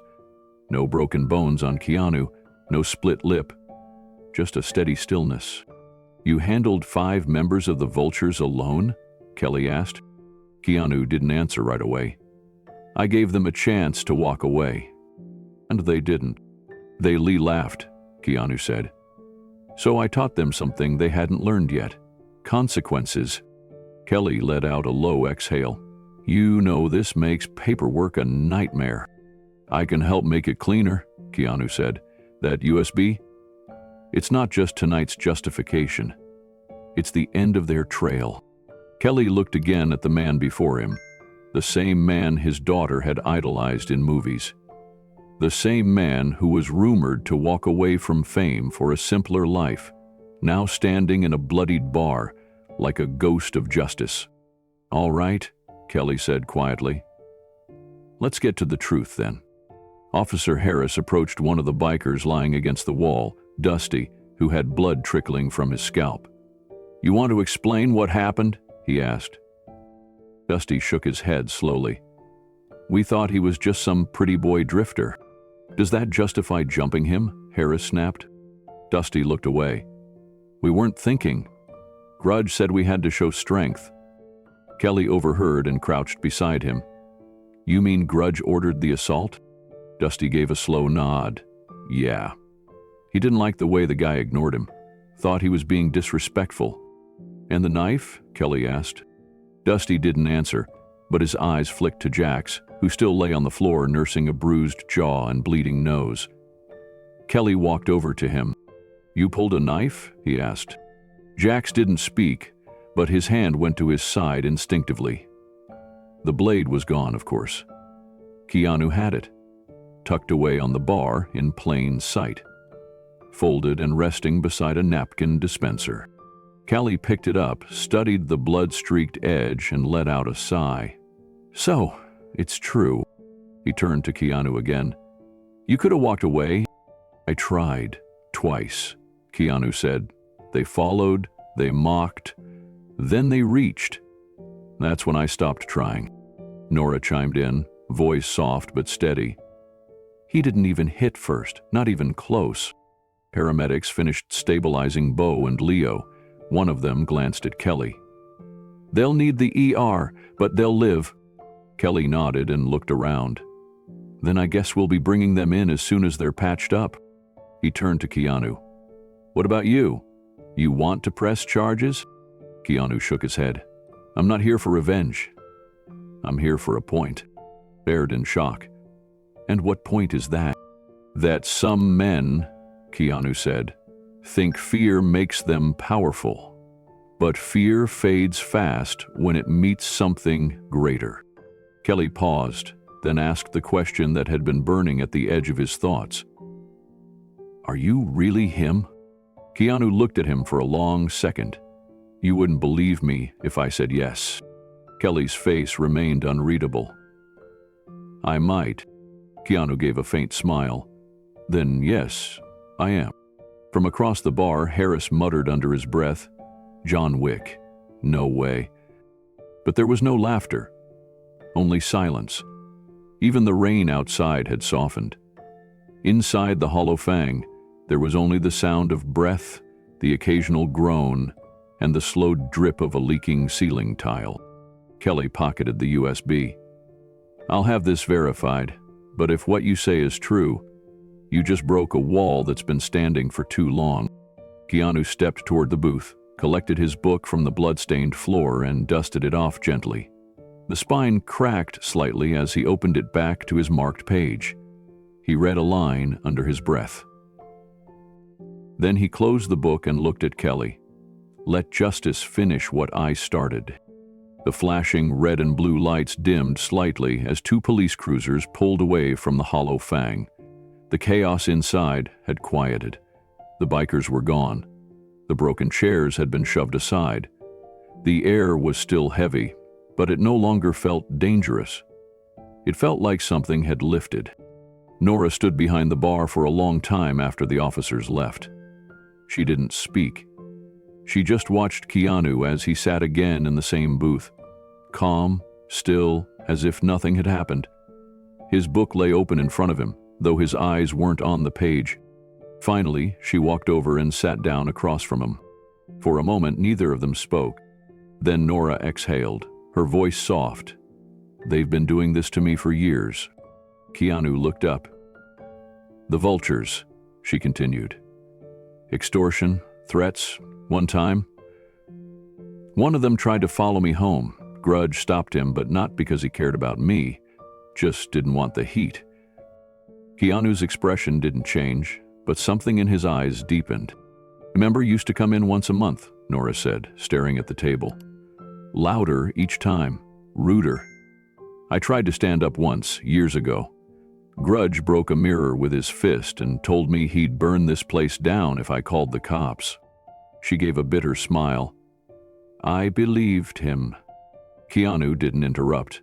He let her speak. "My dad used to run this place, back when it was something good. He built it with his bare hands. Everyone in town knew him, knew this bar." Her voice wavered. "He stood up to the Vultures once. That was before I took over." Keanu waited. She swallowed hard. "They beat him in the alley out back. 2 cracked ribs. They said next time it would be worse. And he still refused to close down. Said this place was his legacy." She looked up, eyes shining with tears. "He died 2 months later. Heart attack. Stress. Or maybe a broken heart. He loved this place." Keanu folded his hands slowly in front of him. "I'm sorry." Nora nodded. "You're the first one who's ever done anything about them." She hesitated, then added, "I thought I'd have to sell soon. Business is down. Everyone's scared to come here after dark, and no one wants to fight the Vultures. No one—" She didn't finish the sentence. Keanu reached into his jacket and pulled out the small USB again. He placed it gently in front of her. "Bailey won't come back," he said. She stared at it. "What's on it?" "Proof. Names. Deals. People they hurt. Some who didn't live through it." She reached for it slowly, like it was a sacred object. "Why? Why do you have this?" "I've been following them for a while. Watching. Collecting. Waiting for the moment they made a mistake big enough." Nora blinked. "So you weren't just passing through." Keanu looked at her, then down at the book again. "Let's just say I like quiet places, and I don't like bullies." She wiped a tear from her cheek with the back of her hand. Nora held the USB tightly in her palm like it might vanish if she let go. The edges pressed into her fingers, grounding her in the moment. Her voice was quieter now, but steadier. "All this time, I thought no one saw me, that no one cared what they were doing to this place, to me. I stopped hoping anyone would ever stop them." Keanu's eyes stayed calm. "You didn't go unnoticed. You just didn't know who was watching." She laughed softly, shaking her head. "You're full of mystery, you know that? I thought you were just some tired traveler with a book and a quiet stare. But you knew. You knew exactly what was going to happen tonight, didn't you?" Keanu didn't answer right away. Then he nodded once. "I had a feeling." "You let them come to you," she said. "You didn't start it, but you finished it." He met her eyes. "Sometimes people need to be reminded that consequences exist, that there are lines you don't cross." She looked down at the worn wood of the table, tracing one of the old scratches with her fingertip. "My father would have liked you. He used to say that justice isn't about who hits harder. It's about who stands up when everyone else sits down." Keanu gave the faintest smile. "He sounds like someone worth remembering." Nora's voice cracked. "He was. He always told me that if the day ever came when I had to fight for this place, I'd know what to do." She stared at the USB. "Maybe this is that day." Keanu leaned back slightly. "It's not just for tonight. That USB. Use it well. The police will run it through evidence. Press charges. It'll take time, but it'll work." She nodded, wiping at her eyes again. "I will. I promise." Keanu stood, picking up his book and tucking it under his arm. The air around them had shifted again. The danger had passed, but something else was left behind. Something deeper. Nora rose with him, unsure of what to say next. The bar was still a mess, chairs overturned, glass glinting on the floor. But for the first time in years, she felt safe standing in her own business. She watched as he turned to leave. "Wait," she called after him. He turned. She hesitated, then said, "Are you really him? John Wick?" Keanu paused. His voice was gentle. "That's just a name." She looked confused. He stepped closer, lowering his voice. "I'm not a ghost. I'm not a myth. I'm just a man who doesn't like seeing people bullied." Nora looked at him, tears returning to her eyes, but now they weren't from fear or grief. They were from something else entirely. Relief. Gratitude. "You saved me tonight." He looked around at the broken chairs, the splintered wood, the shattered glass. "No," he said. "You just needed someone to remind you of your strength." Then he walked toward the door. As Keanu reached the door, he paused. Nora stood behind him, silent. "If they ever come back," she said softly, "will you?" He looked over his shoulder, a glimmer in his eye. "I never really left." The door creaked open, and just like that, he was gone. In the days that followed the brawl at the Hollow Fang, silence cloaked the bar's wreckage like a heavy curtain. Nora boarded up the shattered windows, replaced the splintered tables, and tried to scrub blood from the worn wooden floor. But some stains don't lift. Yet something had shifted, not just in the bar, but in the undercurrent of a world most people never see. It started with whispers. A bartender in Fresno mentioned a one-man takedown of the Vultures MC. A long-haul trucker from Reno passed through and swore he saw one of the bikers limping into a bus station, mumbling about a ghost in human skin. By the end of the week, a shaky cell phone video surfaced online. Grainy, shaky, but enough. The footage, recorded by a frightened patron before fleeing, showed only fragments, blurs of motion, bodies falling, a calm man seated in the eye of a storm, a familiar silhouette, and 5 words, captured faintly above the chaos. "My name is John Wick." It spread like wildfire. On dark web forums, encrypted chats, and hidden channels, the legend reignited. In the criminal underground, stories were sacred currency. Myths passed from blood to blood. And John Wick, he wasn't just a name. He was a lesson. In Moscow, a former syndicate enforcer stared at the video and whispered to his colleagues, "If it's him, we are not safe." In Bangkok, a trafficker canceled a major shipment and doubled his security. In New York, a retired member of the High Table called a meeting behind bulletproof glass. No agenda was listed, no minutes were recorded, but one phrase echoed from that room. "Is watching." The Hollow Fang, once a roadside afterthought off Route 46, now appeared on encrypted maps used only by international fixers. It was marked not as a place of business, but as a warning. The legend swelled beyond the truth. Some claimed he took on 15 men. Others said he vanished into smoke. A few swore he never touched a single weapon, just used fear. But the truth was sharper, cleaner. A man walked into a bar for peace. He left behind silence, justice, and the echo of something too precise to dismiss. For the Vultures MC, humiliation became exile. Their reputation, built on intimidation, crumbled overnight. Affiliates dropped them, clubs distanced. Dusty and Bo reportedly turned themselves in. Jax disappeared. Leo gave a shaky interview to a crooked local podcast, face still bruised, voice trembling. "I didn't know," he said. "Nobody knew. He just stared. You don't understand what that's like." The host chuckled. But the moment Leo said the name, the host went quiet. "You're saying that was John Wick?" "I'm saying," Leo muttered, "we shouldn't have touched the book." The video, now with millions of underground views, kept looping one clip in particular. Not the punches, not the broken bones, but the part where Keanu, quiet, still, said, "I'll leave when I finish my drink," and how his voice didn't rise, didn't threaten, it just was. A week after the video's quiet explosion across encrypted feeds, the bar that once feared shadows now drew them in. Curious strangers arrived at the Hollow Fang, not to cause trouble, but to sit silently. Some left generous tips. Others asked Nora if the man had returned. She always gave the same answer. A small smile. And he just wanted peace. Nora became something of a reluctant legend herself. A witness to the impossible. A keeper of the moment. Local news tried to get interviews. She declined every time.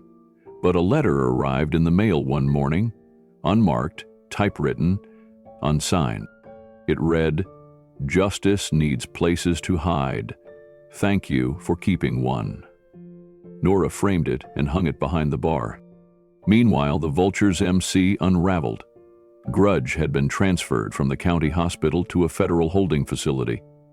Broken ribs, dislocated shoulder, fractured wrist. None of it hurt as much as the silence from his crew. Loyalty had dissolved. Jax never resurfaced. Rumor had it he'd bought a ticket to Argentina under a fake name. Law enforcement, using Keanu's USB drive, raided 2 properties connected to the club. Guns, drugs, evidence. Their criminal web, once invisible, now burned in the light. And through it all, one question followed every whisper like smoke clinging to fire. Is he back? The underworld wasn't built for peace. It thrived on fear. And for a time, John Wick had vanished from that system. Retired, some said. Dead, others hoped. But now, even the hint of his presence shook foundations. In Berlin, an arms dealer canceled a deal when a buyer mentioned Wick's name. Not when ghosts walk, the dealer said. In Tokyo, a woman who once served tea to the elders stopped mid-pour when her client brought up the video. "I know that look," she said, "the look of a man who tried not to kill and failed." Back in the States, a biker gang in Arizona posted on their private forum, "Route 46 is off limits. No one touches that town. Let it rest." The legend didn't need confirmation. It only needed breath. In reality, Keanu was gone, vanished like a shadow at dawn. But one night, Nora heard something at closing, a soft clink of glass. She looked up. No one was there. But on the bar sat a single glass of top-shelf whiskey. Neat, her best bottle. Beside it, a small piece of folded paper. She unfolded it. 5 words. Let the silence speak louder. She blinked back tears and didn't call the police. The next day, she poured the same whiskey and left it at the far end of the bar. No one touched it. Not a soul. Within weeks, stories began to circulate in places they were never meant to. Men who beat their wives stopped showing up in town. A drug dealer's safe house mysteriously burned to the ground. No signs of arson, no suspects. People whispered, not about revenge, not about violence, but about a line that had been drawn. Some believed John Wick was a myth who returned only when the balance tilted too far. Others said he never left. He simply waits in quiet places, watching, thinking, drinking slowly. The Hollow Fang was now sacred ground, not because of blood, but because someone proved that silence could be the loudest justice of all. In the weeks that followed the barroom reckoning, quiet ripples turned into crashing waves. The Vultures motorcycle club, once feared in over 7 states, began to crumble from the inside. Not with gunfights or street brawls, but with silence. Clubhouses emptied. Members disappeared. Chapters in Nevada, Colorado, and Arizona shuttered their doors. Logos were painted over. Patches burned in fire pits without a word. There were no press releases, no funerals, just ghost towns where roars of engines once ruled. It started with the Bakersfield chapter. Their President Bones arrived at their hangout one morning to find every lock changed. Inside, the walls were stripped, the safes emptied. A note had been left on the bar. 4 words, typed on a torn napkin. "You were warned first." He never came back. No one did. In Phoenix, a tattoo parlor known to launder money for the Vultures was suddenly closed, permanently. The staff vanished overnight. Locals whispered about a man in a black suit visiting the night before. Security footage was wiped clean. Only one camera remained, pointed at the back alley. It captured nothing but a shadow passing under a flickering light. Back in LA, an underground journalist named Devin Park posted a blog that caught fire. The headline read, "The Night the Predator Met a Ghost." It wasn't listed under mainstream news. It was published on a hidden blog called Urban Requiem, a site known for chasing stories too dangerous for daylight. Devin had no names, no confirmed sources, but the tone of the piece made it undeniable. He described the evening as a calculated eruption in a sleepy highway bar. He talked about a storm, a group of predators, and a man whose silence broke bones and erased fear. "Hell didn't kill them," Devin wrote. "He made them remember what it feels like to be vulnerable." What shook people most wasn't the article itself, it was the comments, one after another, hundreds within a day. "I know who this is. It saved my cousin from a gang in 2016. Hell once gave me a pencil and told me I didn't need a gun. He's not just a myth, he's an answer." By the end of the week, forums across the dark web had flagged the story. Some tried to remove it, others reposted it tenfold. A ripple became a tide. In Mexico, a cartel leader affiliated with the Vultures ordered extra bodyguards, not because of rival gangs, but because someone had mailed him a photo of the Hollow Fang bar. On the back, in red ink, were the words, "Balance finds all." In Romania, a retired assassin checked his encrypted phone and saw a message from an old contact. It simply said, "He moved." No location, just confirmation that the ghost had stirred again. The criminal world didn't panic. It shifted. It adapted. Men who once stood on power now checked shadows twice before speaking. They no longer feared arrest. They feared judgment. John Wick hadn't declared war. He didn't have to. He reminded them that peace is a fragile privilege, one that's earned, not stolen, and that mercy is not the absence of justice, but its most terrifying form. In Bangkok, a former Vultures associate named Raiden tried to flee. He booked his tickets in cash, checked into a nameless hostel near the river, and avoided cameras. But fear has a weight. It hangs on the breath, curls in the spine, makes footsteps feel louder than they are. One night he opened his door and found no one there, but a single bullet rested on his doormat. Not fired, not marked, just placed with care. Raiden didn't sleep after that. He vanished the next morning. The journalist, Devin Park, released a follow-up piece a few days later. It was titled, "Silence Hurts More Than Screams." In it, he described how the legend of a man had revived fear in people who thought themselves untouchable. He wrote about how real power doesn't announce itself with noise, it moves like weather, felt before it's seen. "Hell doesn't need a headline," Devin typed. "He needs a reason. And when he finds one, you won't hear him coming." Insiders in the criminal world began calling it the ghost doctrine. It spread through encrypted message boards, passed from syndicate to syndicate. Always the same 3 rules. 1. Never draw first blood on strangers. 2. Never harm the defenseless. 3. If the ghost visits, surrender, if you can. Across borders, these simple rules began to reshape behavior. Clubs cleaned up their public acts. Extortion became more selective.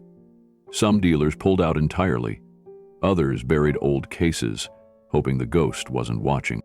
But deep down, they all knew. This wasn't about a code. It was about a man who made the code real again. In the Russian underworld, whispers turned into quiet meetings. One old Bratva consigliere, who'd once survived the wrath of Wick years ago, offered a warning to younger soldiers. "If he's active again," the man said, "you do not test him, you do not chase him, you erase your sins and hope he forgets." In New York, Winston, owner of the Continental Hotel, sat in his private suite, sipping brandy. He read Devon's article with a half-smile. He recognized the style, the restraint, the unmistakable echo of Wick's method. He made no calls, he gave no orders. But the old rules were returning. He could feel it in the stillness of the city. Meanwhile, back at the Hollow Fang, Nora had quietly reopened. The broken tables were replaced. The shattered mirror still hung, cracked but polished. She left it that way on purpose. Locals stopped by more often, not out of curiosity but respect. They didn't ask questions, they just nodded. And when travelers passed through and asked if the story was true, she'd just say, "Depends on who's asking." And if they pressed, she'd point to the chair by the window, the one where it all began. Helm sat there. He read quietly, he asked for nothing. And then the world changed, and that was all she needed to say. The sky had cleared by the time Keanu reached the forest's edge. Rain no longer lashed against his shoulders. Instead, mist lingered between the towering redwoods, their trunks rising like old giants watching silently. His motorcycle cut a clean path through the two-lane road, tires whispering on the wet asphalt. There was no traffic. No sound but the rhythm of the engine and the wind threading through the trees. He didn't need directions. He wasn't headed anywhere in particular. North was enough, farther from the noise, farther from eyes. He passed a road sign marking a forgotten county line. The paint was chipped. He didn't slow down. Along the road, little towns blinked into view and disappeared just as fast. A diner with a flickering neon sign, a junkyard surrounded by rusting tractors, a church with its front door propped open and no cars in the lot. No one recognized him, or if they did, they said nothing. And he liked it that way. At one old gas station, he stopped to fill up.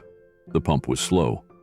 The clerk behind the window barely looked up from his crossword puzzle. Keanu nodded politely. The clerk gave a tired wave. A silence passed between them that didn't need words. That was the beauty of small towns. No one asked what you were running from. He paid in cash and rolled out before the pump even clicked shut. Hours later, the sun dipped low behind the redwoods. Shadows grew long and the sky flushed with orange. Keanu spotted a roadside motel tucked between a bait shop and a pawn store. It had only 6 rooms. The parking lot was empty. A hand-painted sign above the office door read, "Still open." He parked the bike and stepped inside. The woman behind the counter didn't ask for ID, just looked up from her paperback, glanced at him, and handed over a key. "Room 4, she said.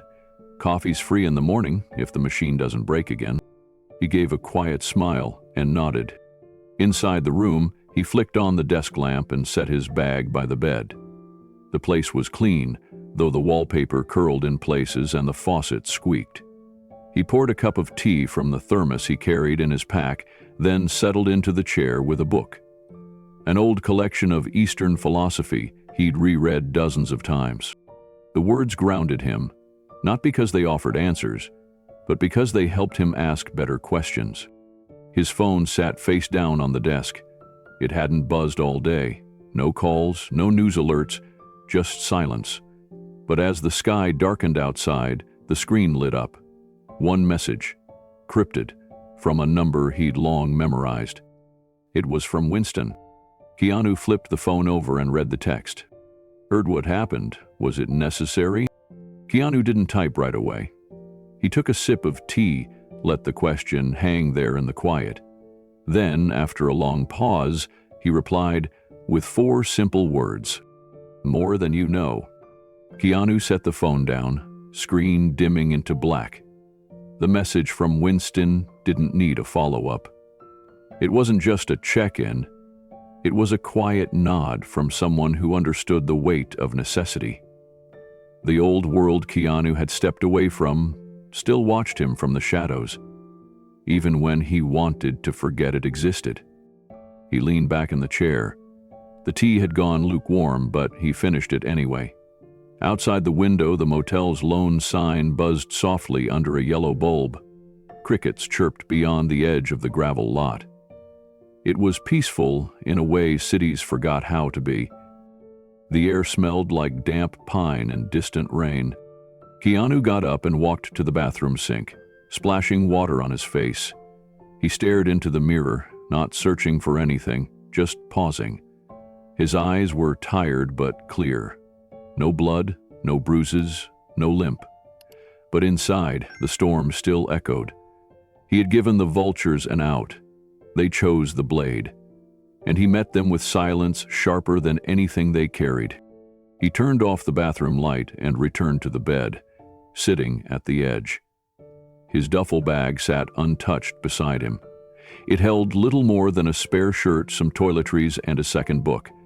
He didn't travel with weapons anymore, not unless he had to, and tonight he hadn't needed any. He had been the weapon. He reached into the bag and pulled out the second book. It was older, spine cracked from years of travel. On the inside cover was a handwritten inscription, one he never read aloud. Just seeing it brought a memory of someone he'd once promised peace to. He opened it, not to read, but to remember. Minutes passed, maybe more. Then came another buzz from his phone. This one was different, not encrypted. A number he didn't recognize. The message was short. "Ours quiet again.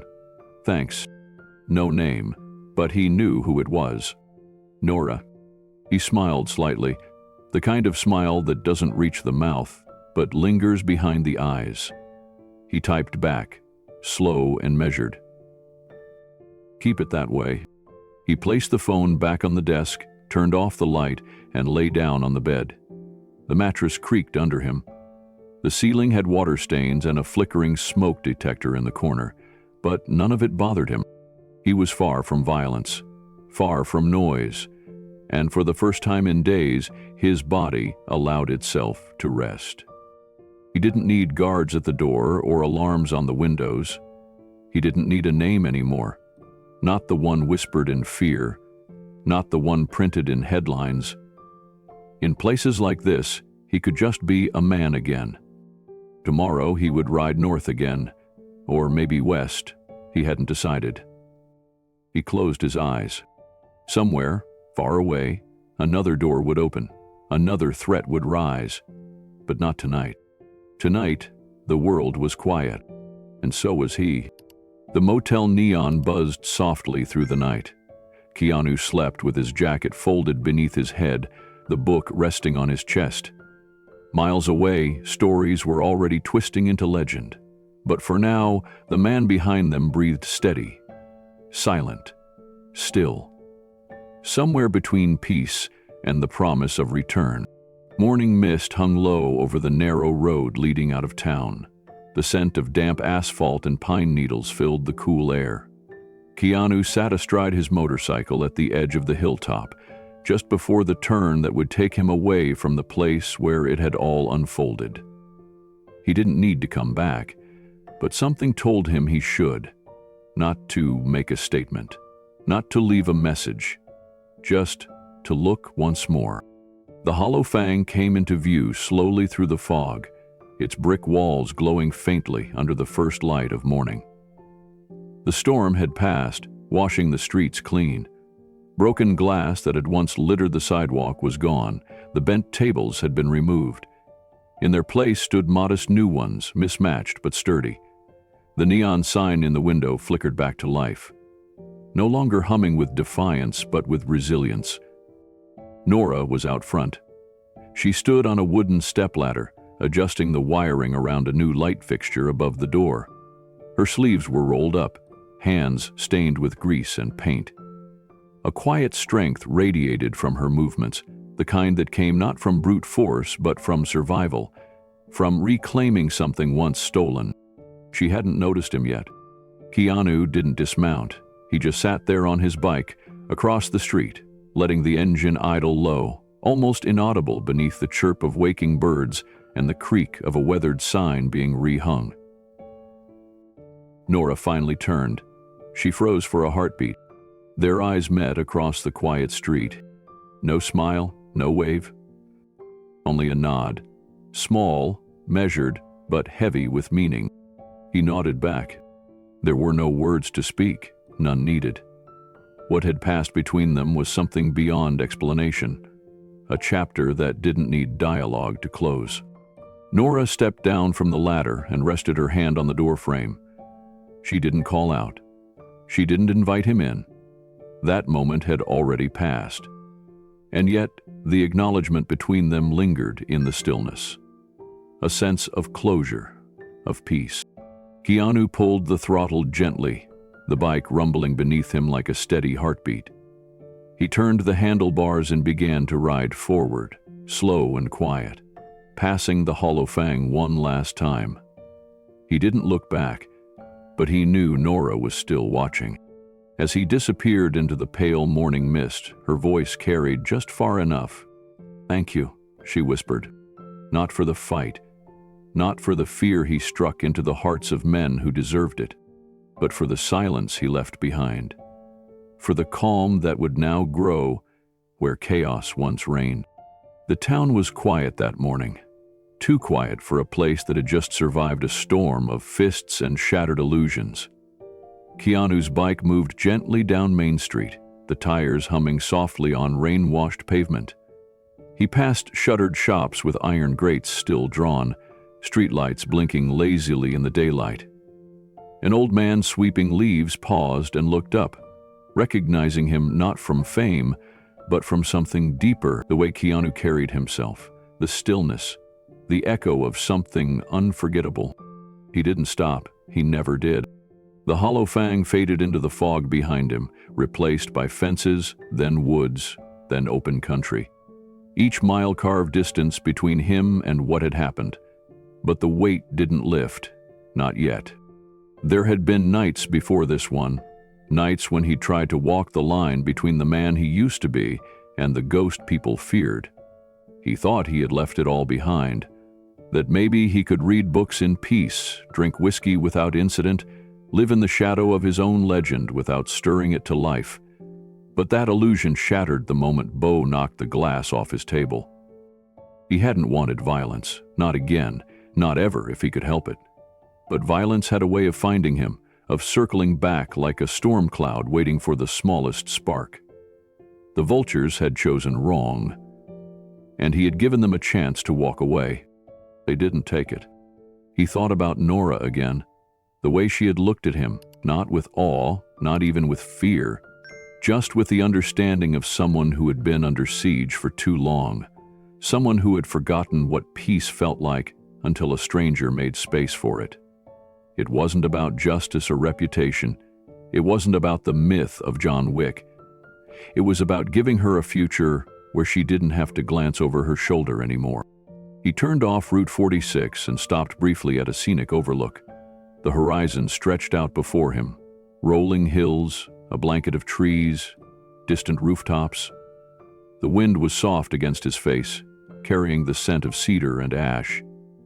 He removed his gloves and placed them on the tank of the bike. His hands, bruised and tight, flexed slowly. It hadn't taken long, but the echoes of the fight still lived in his muscles.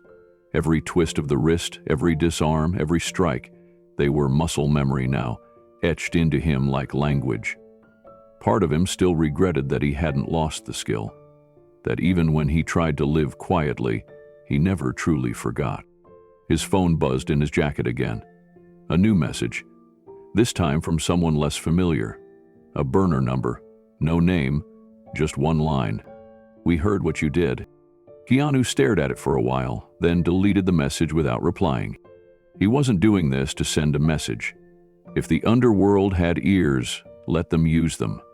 If the vultures of the world wanted to circle, let them find nothing but bones. He kicked the bike into gear again. The road stretched on. He rode not with urgency, but with purpose. North. always north, into the forests, the quiet, the silence.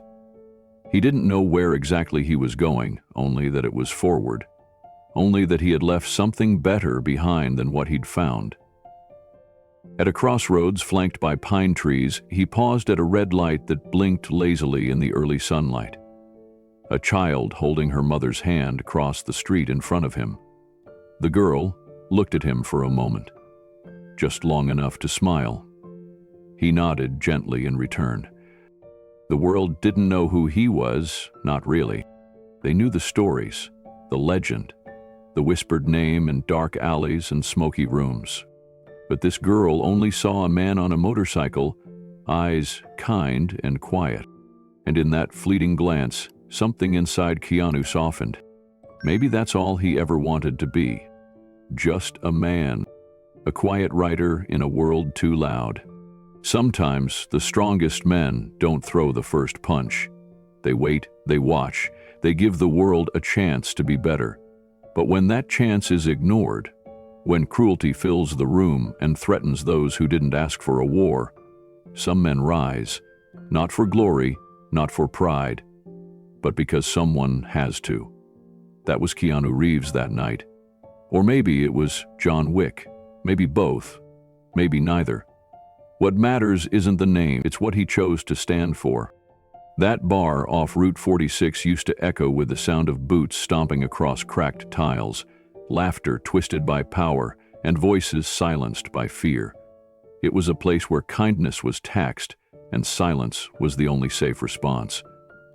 But all it took was one man who refused to look away, not with fury, not even with words, just with stillness that cut deeper than noise. Keanu hadn't gone there to make a statement. He'd gone to read, to escape, to sip his whiskey in peace. But peace doesn't always knock gently.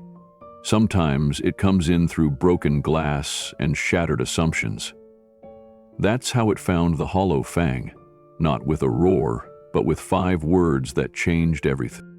My name is John Wick. The room didn't explode when he said it. It froze. The air tightened like a drum about to snap. Those words weren't a threat. They were a warning, a courtesy. And like all true warnings, they didn't scream. They whispered. They let the guilty decide what came next. That's what made it so terrifying. The bikers who pushed him didn't fear his strength, not at first. They laughed at his calm, mocked his book, ridiculed his presence. That was their first mistake. Their second was thinking violence gave them control. But control doesn't come from noise. It comes from knowing who you are and knowing exactly how far you'll go to protect what's right. And that's the power Keanu carried. He never postured, never shouted, never swung without purpose. When the fight came, it was fast, efficient, measured like a surgeon, not to prove a point, but to end what should never have started.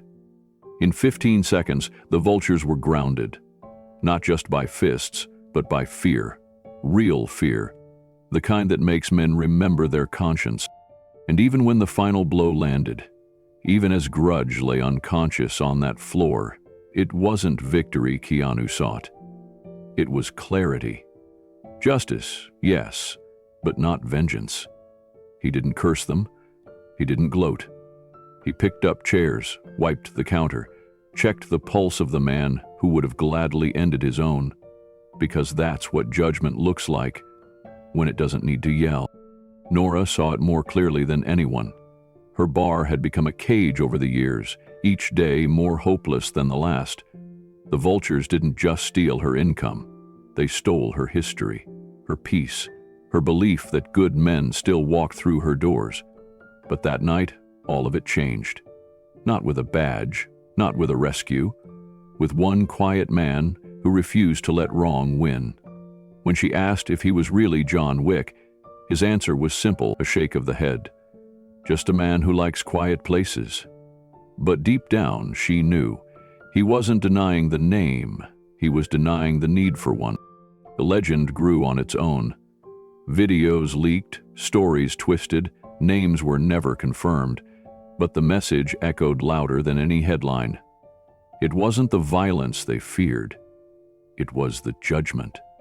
The cold, precise reminder that someone out there still held a mirror to the worst of us and wouldn't flinch when it cracked.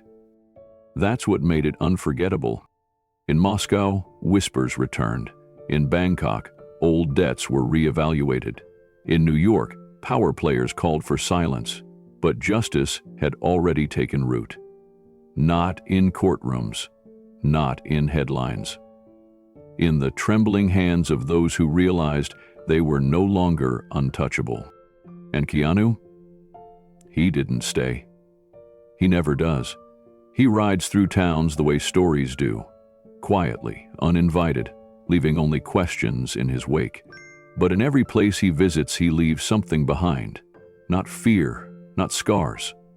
A reminder that peace is worth protecting, that silence can be powerful, that sometimes the greatest strength is in not needing to be seen at all. If you believe in standing up for what's right, even when it's hard, if you believe there's power in restraint and meaning in courage without applause, comment below, what would you have done in that bar? And don't forget to like, share, and subscribe for more incredible stories featuring Keanu Reeves. Because sometimes the quietest voices echo the longest, and sometimes the man who just wants to be left alone is the very one we need most. The Hollow Fang now stands as more than a bar. It's a story whispered between strangers, a checkpoint on the road where people say, something happened here, something changed. Nora fixed the lights, repainted the walls, but she kept one thing untouched, a single broken tile by the doorway, not as a scar, but as proof.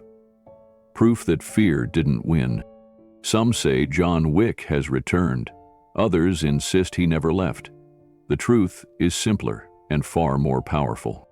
He's out there, watching, not hunting, not chasing, just listening, waiting for the moment when someone crosses the line and believes no one is left to stop them. That's when the wind changes. That's when the silence breaks. Because it was never about vengeance.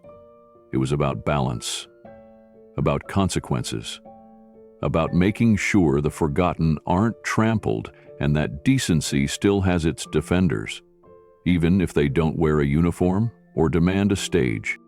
And maybe, just maybe, that's the kind of justice the world needs more of. If this story moved you, let us know in the comments. And remember, sometimes all it takes is one quiet soul to remind the world that right still matters.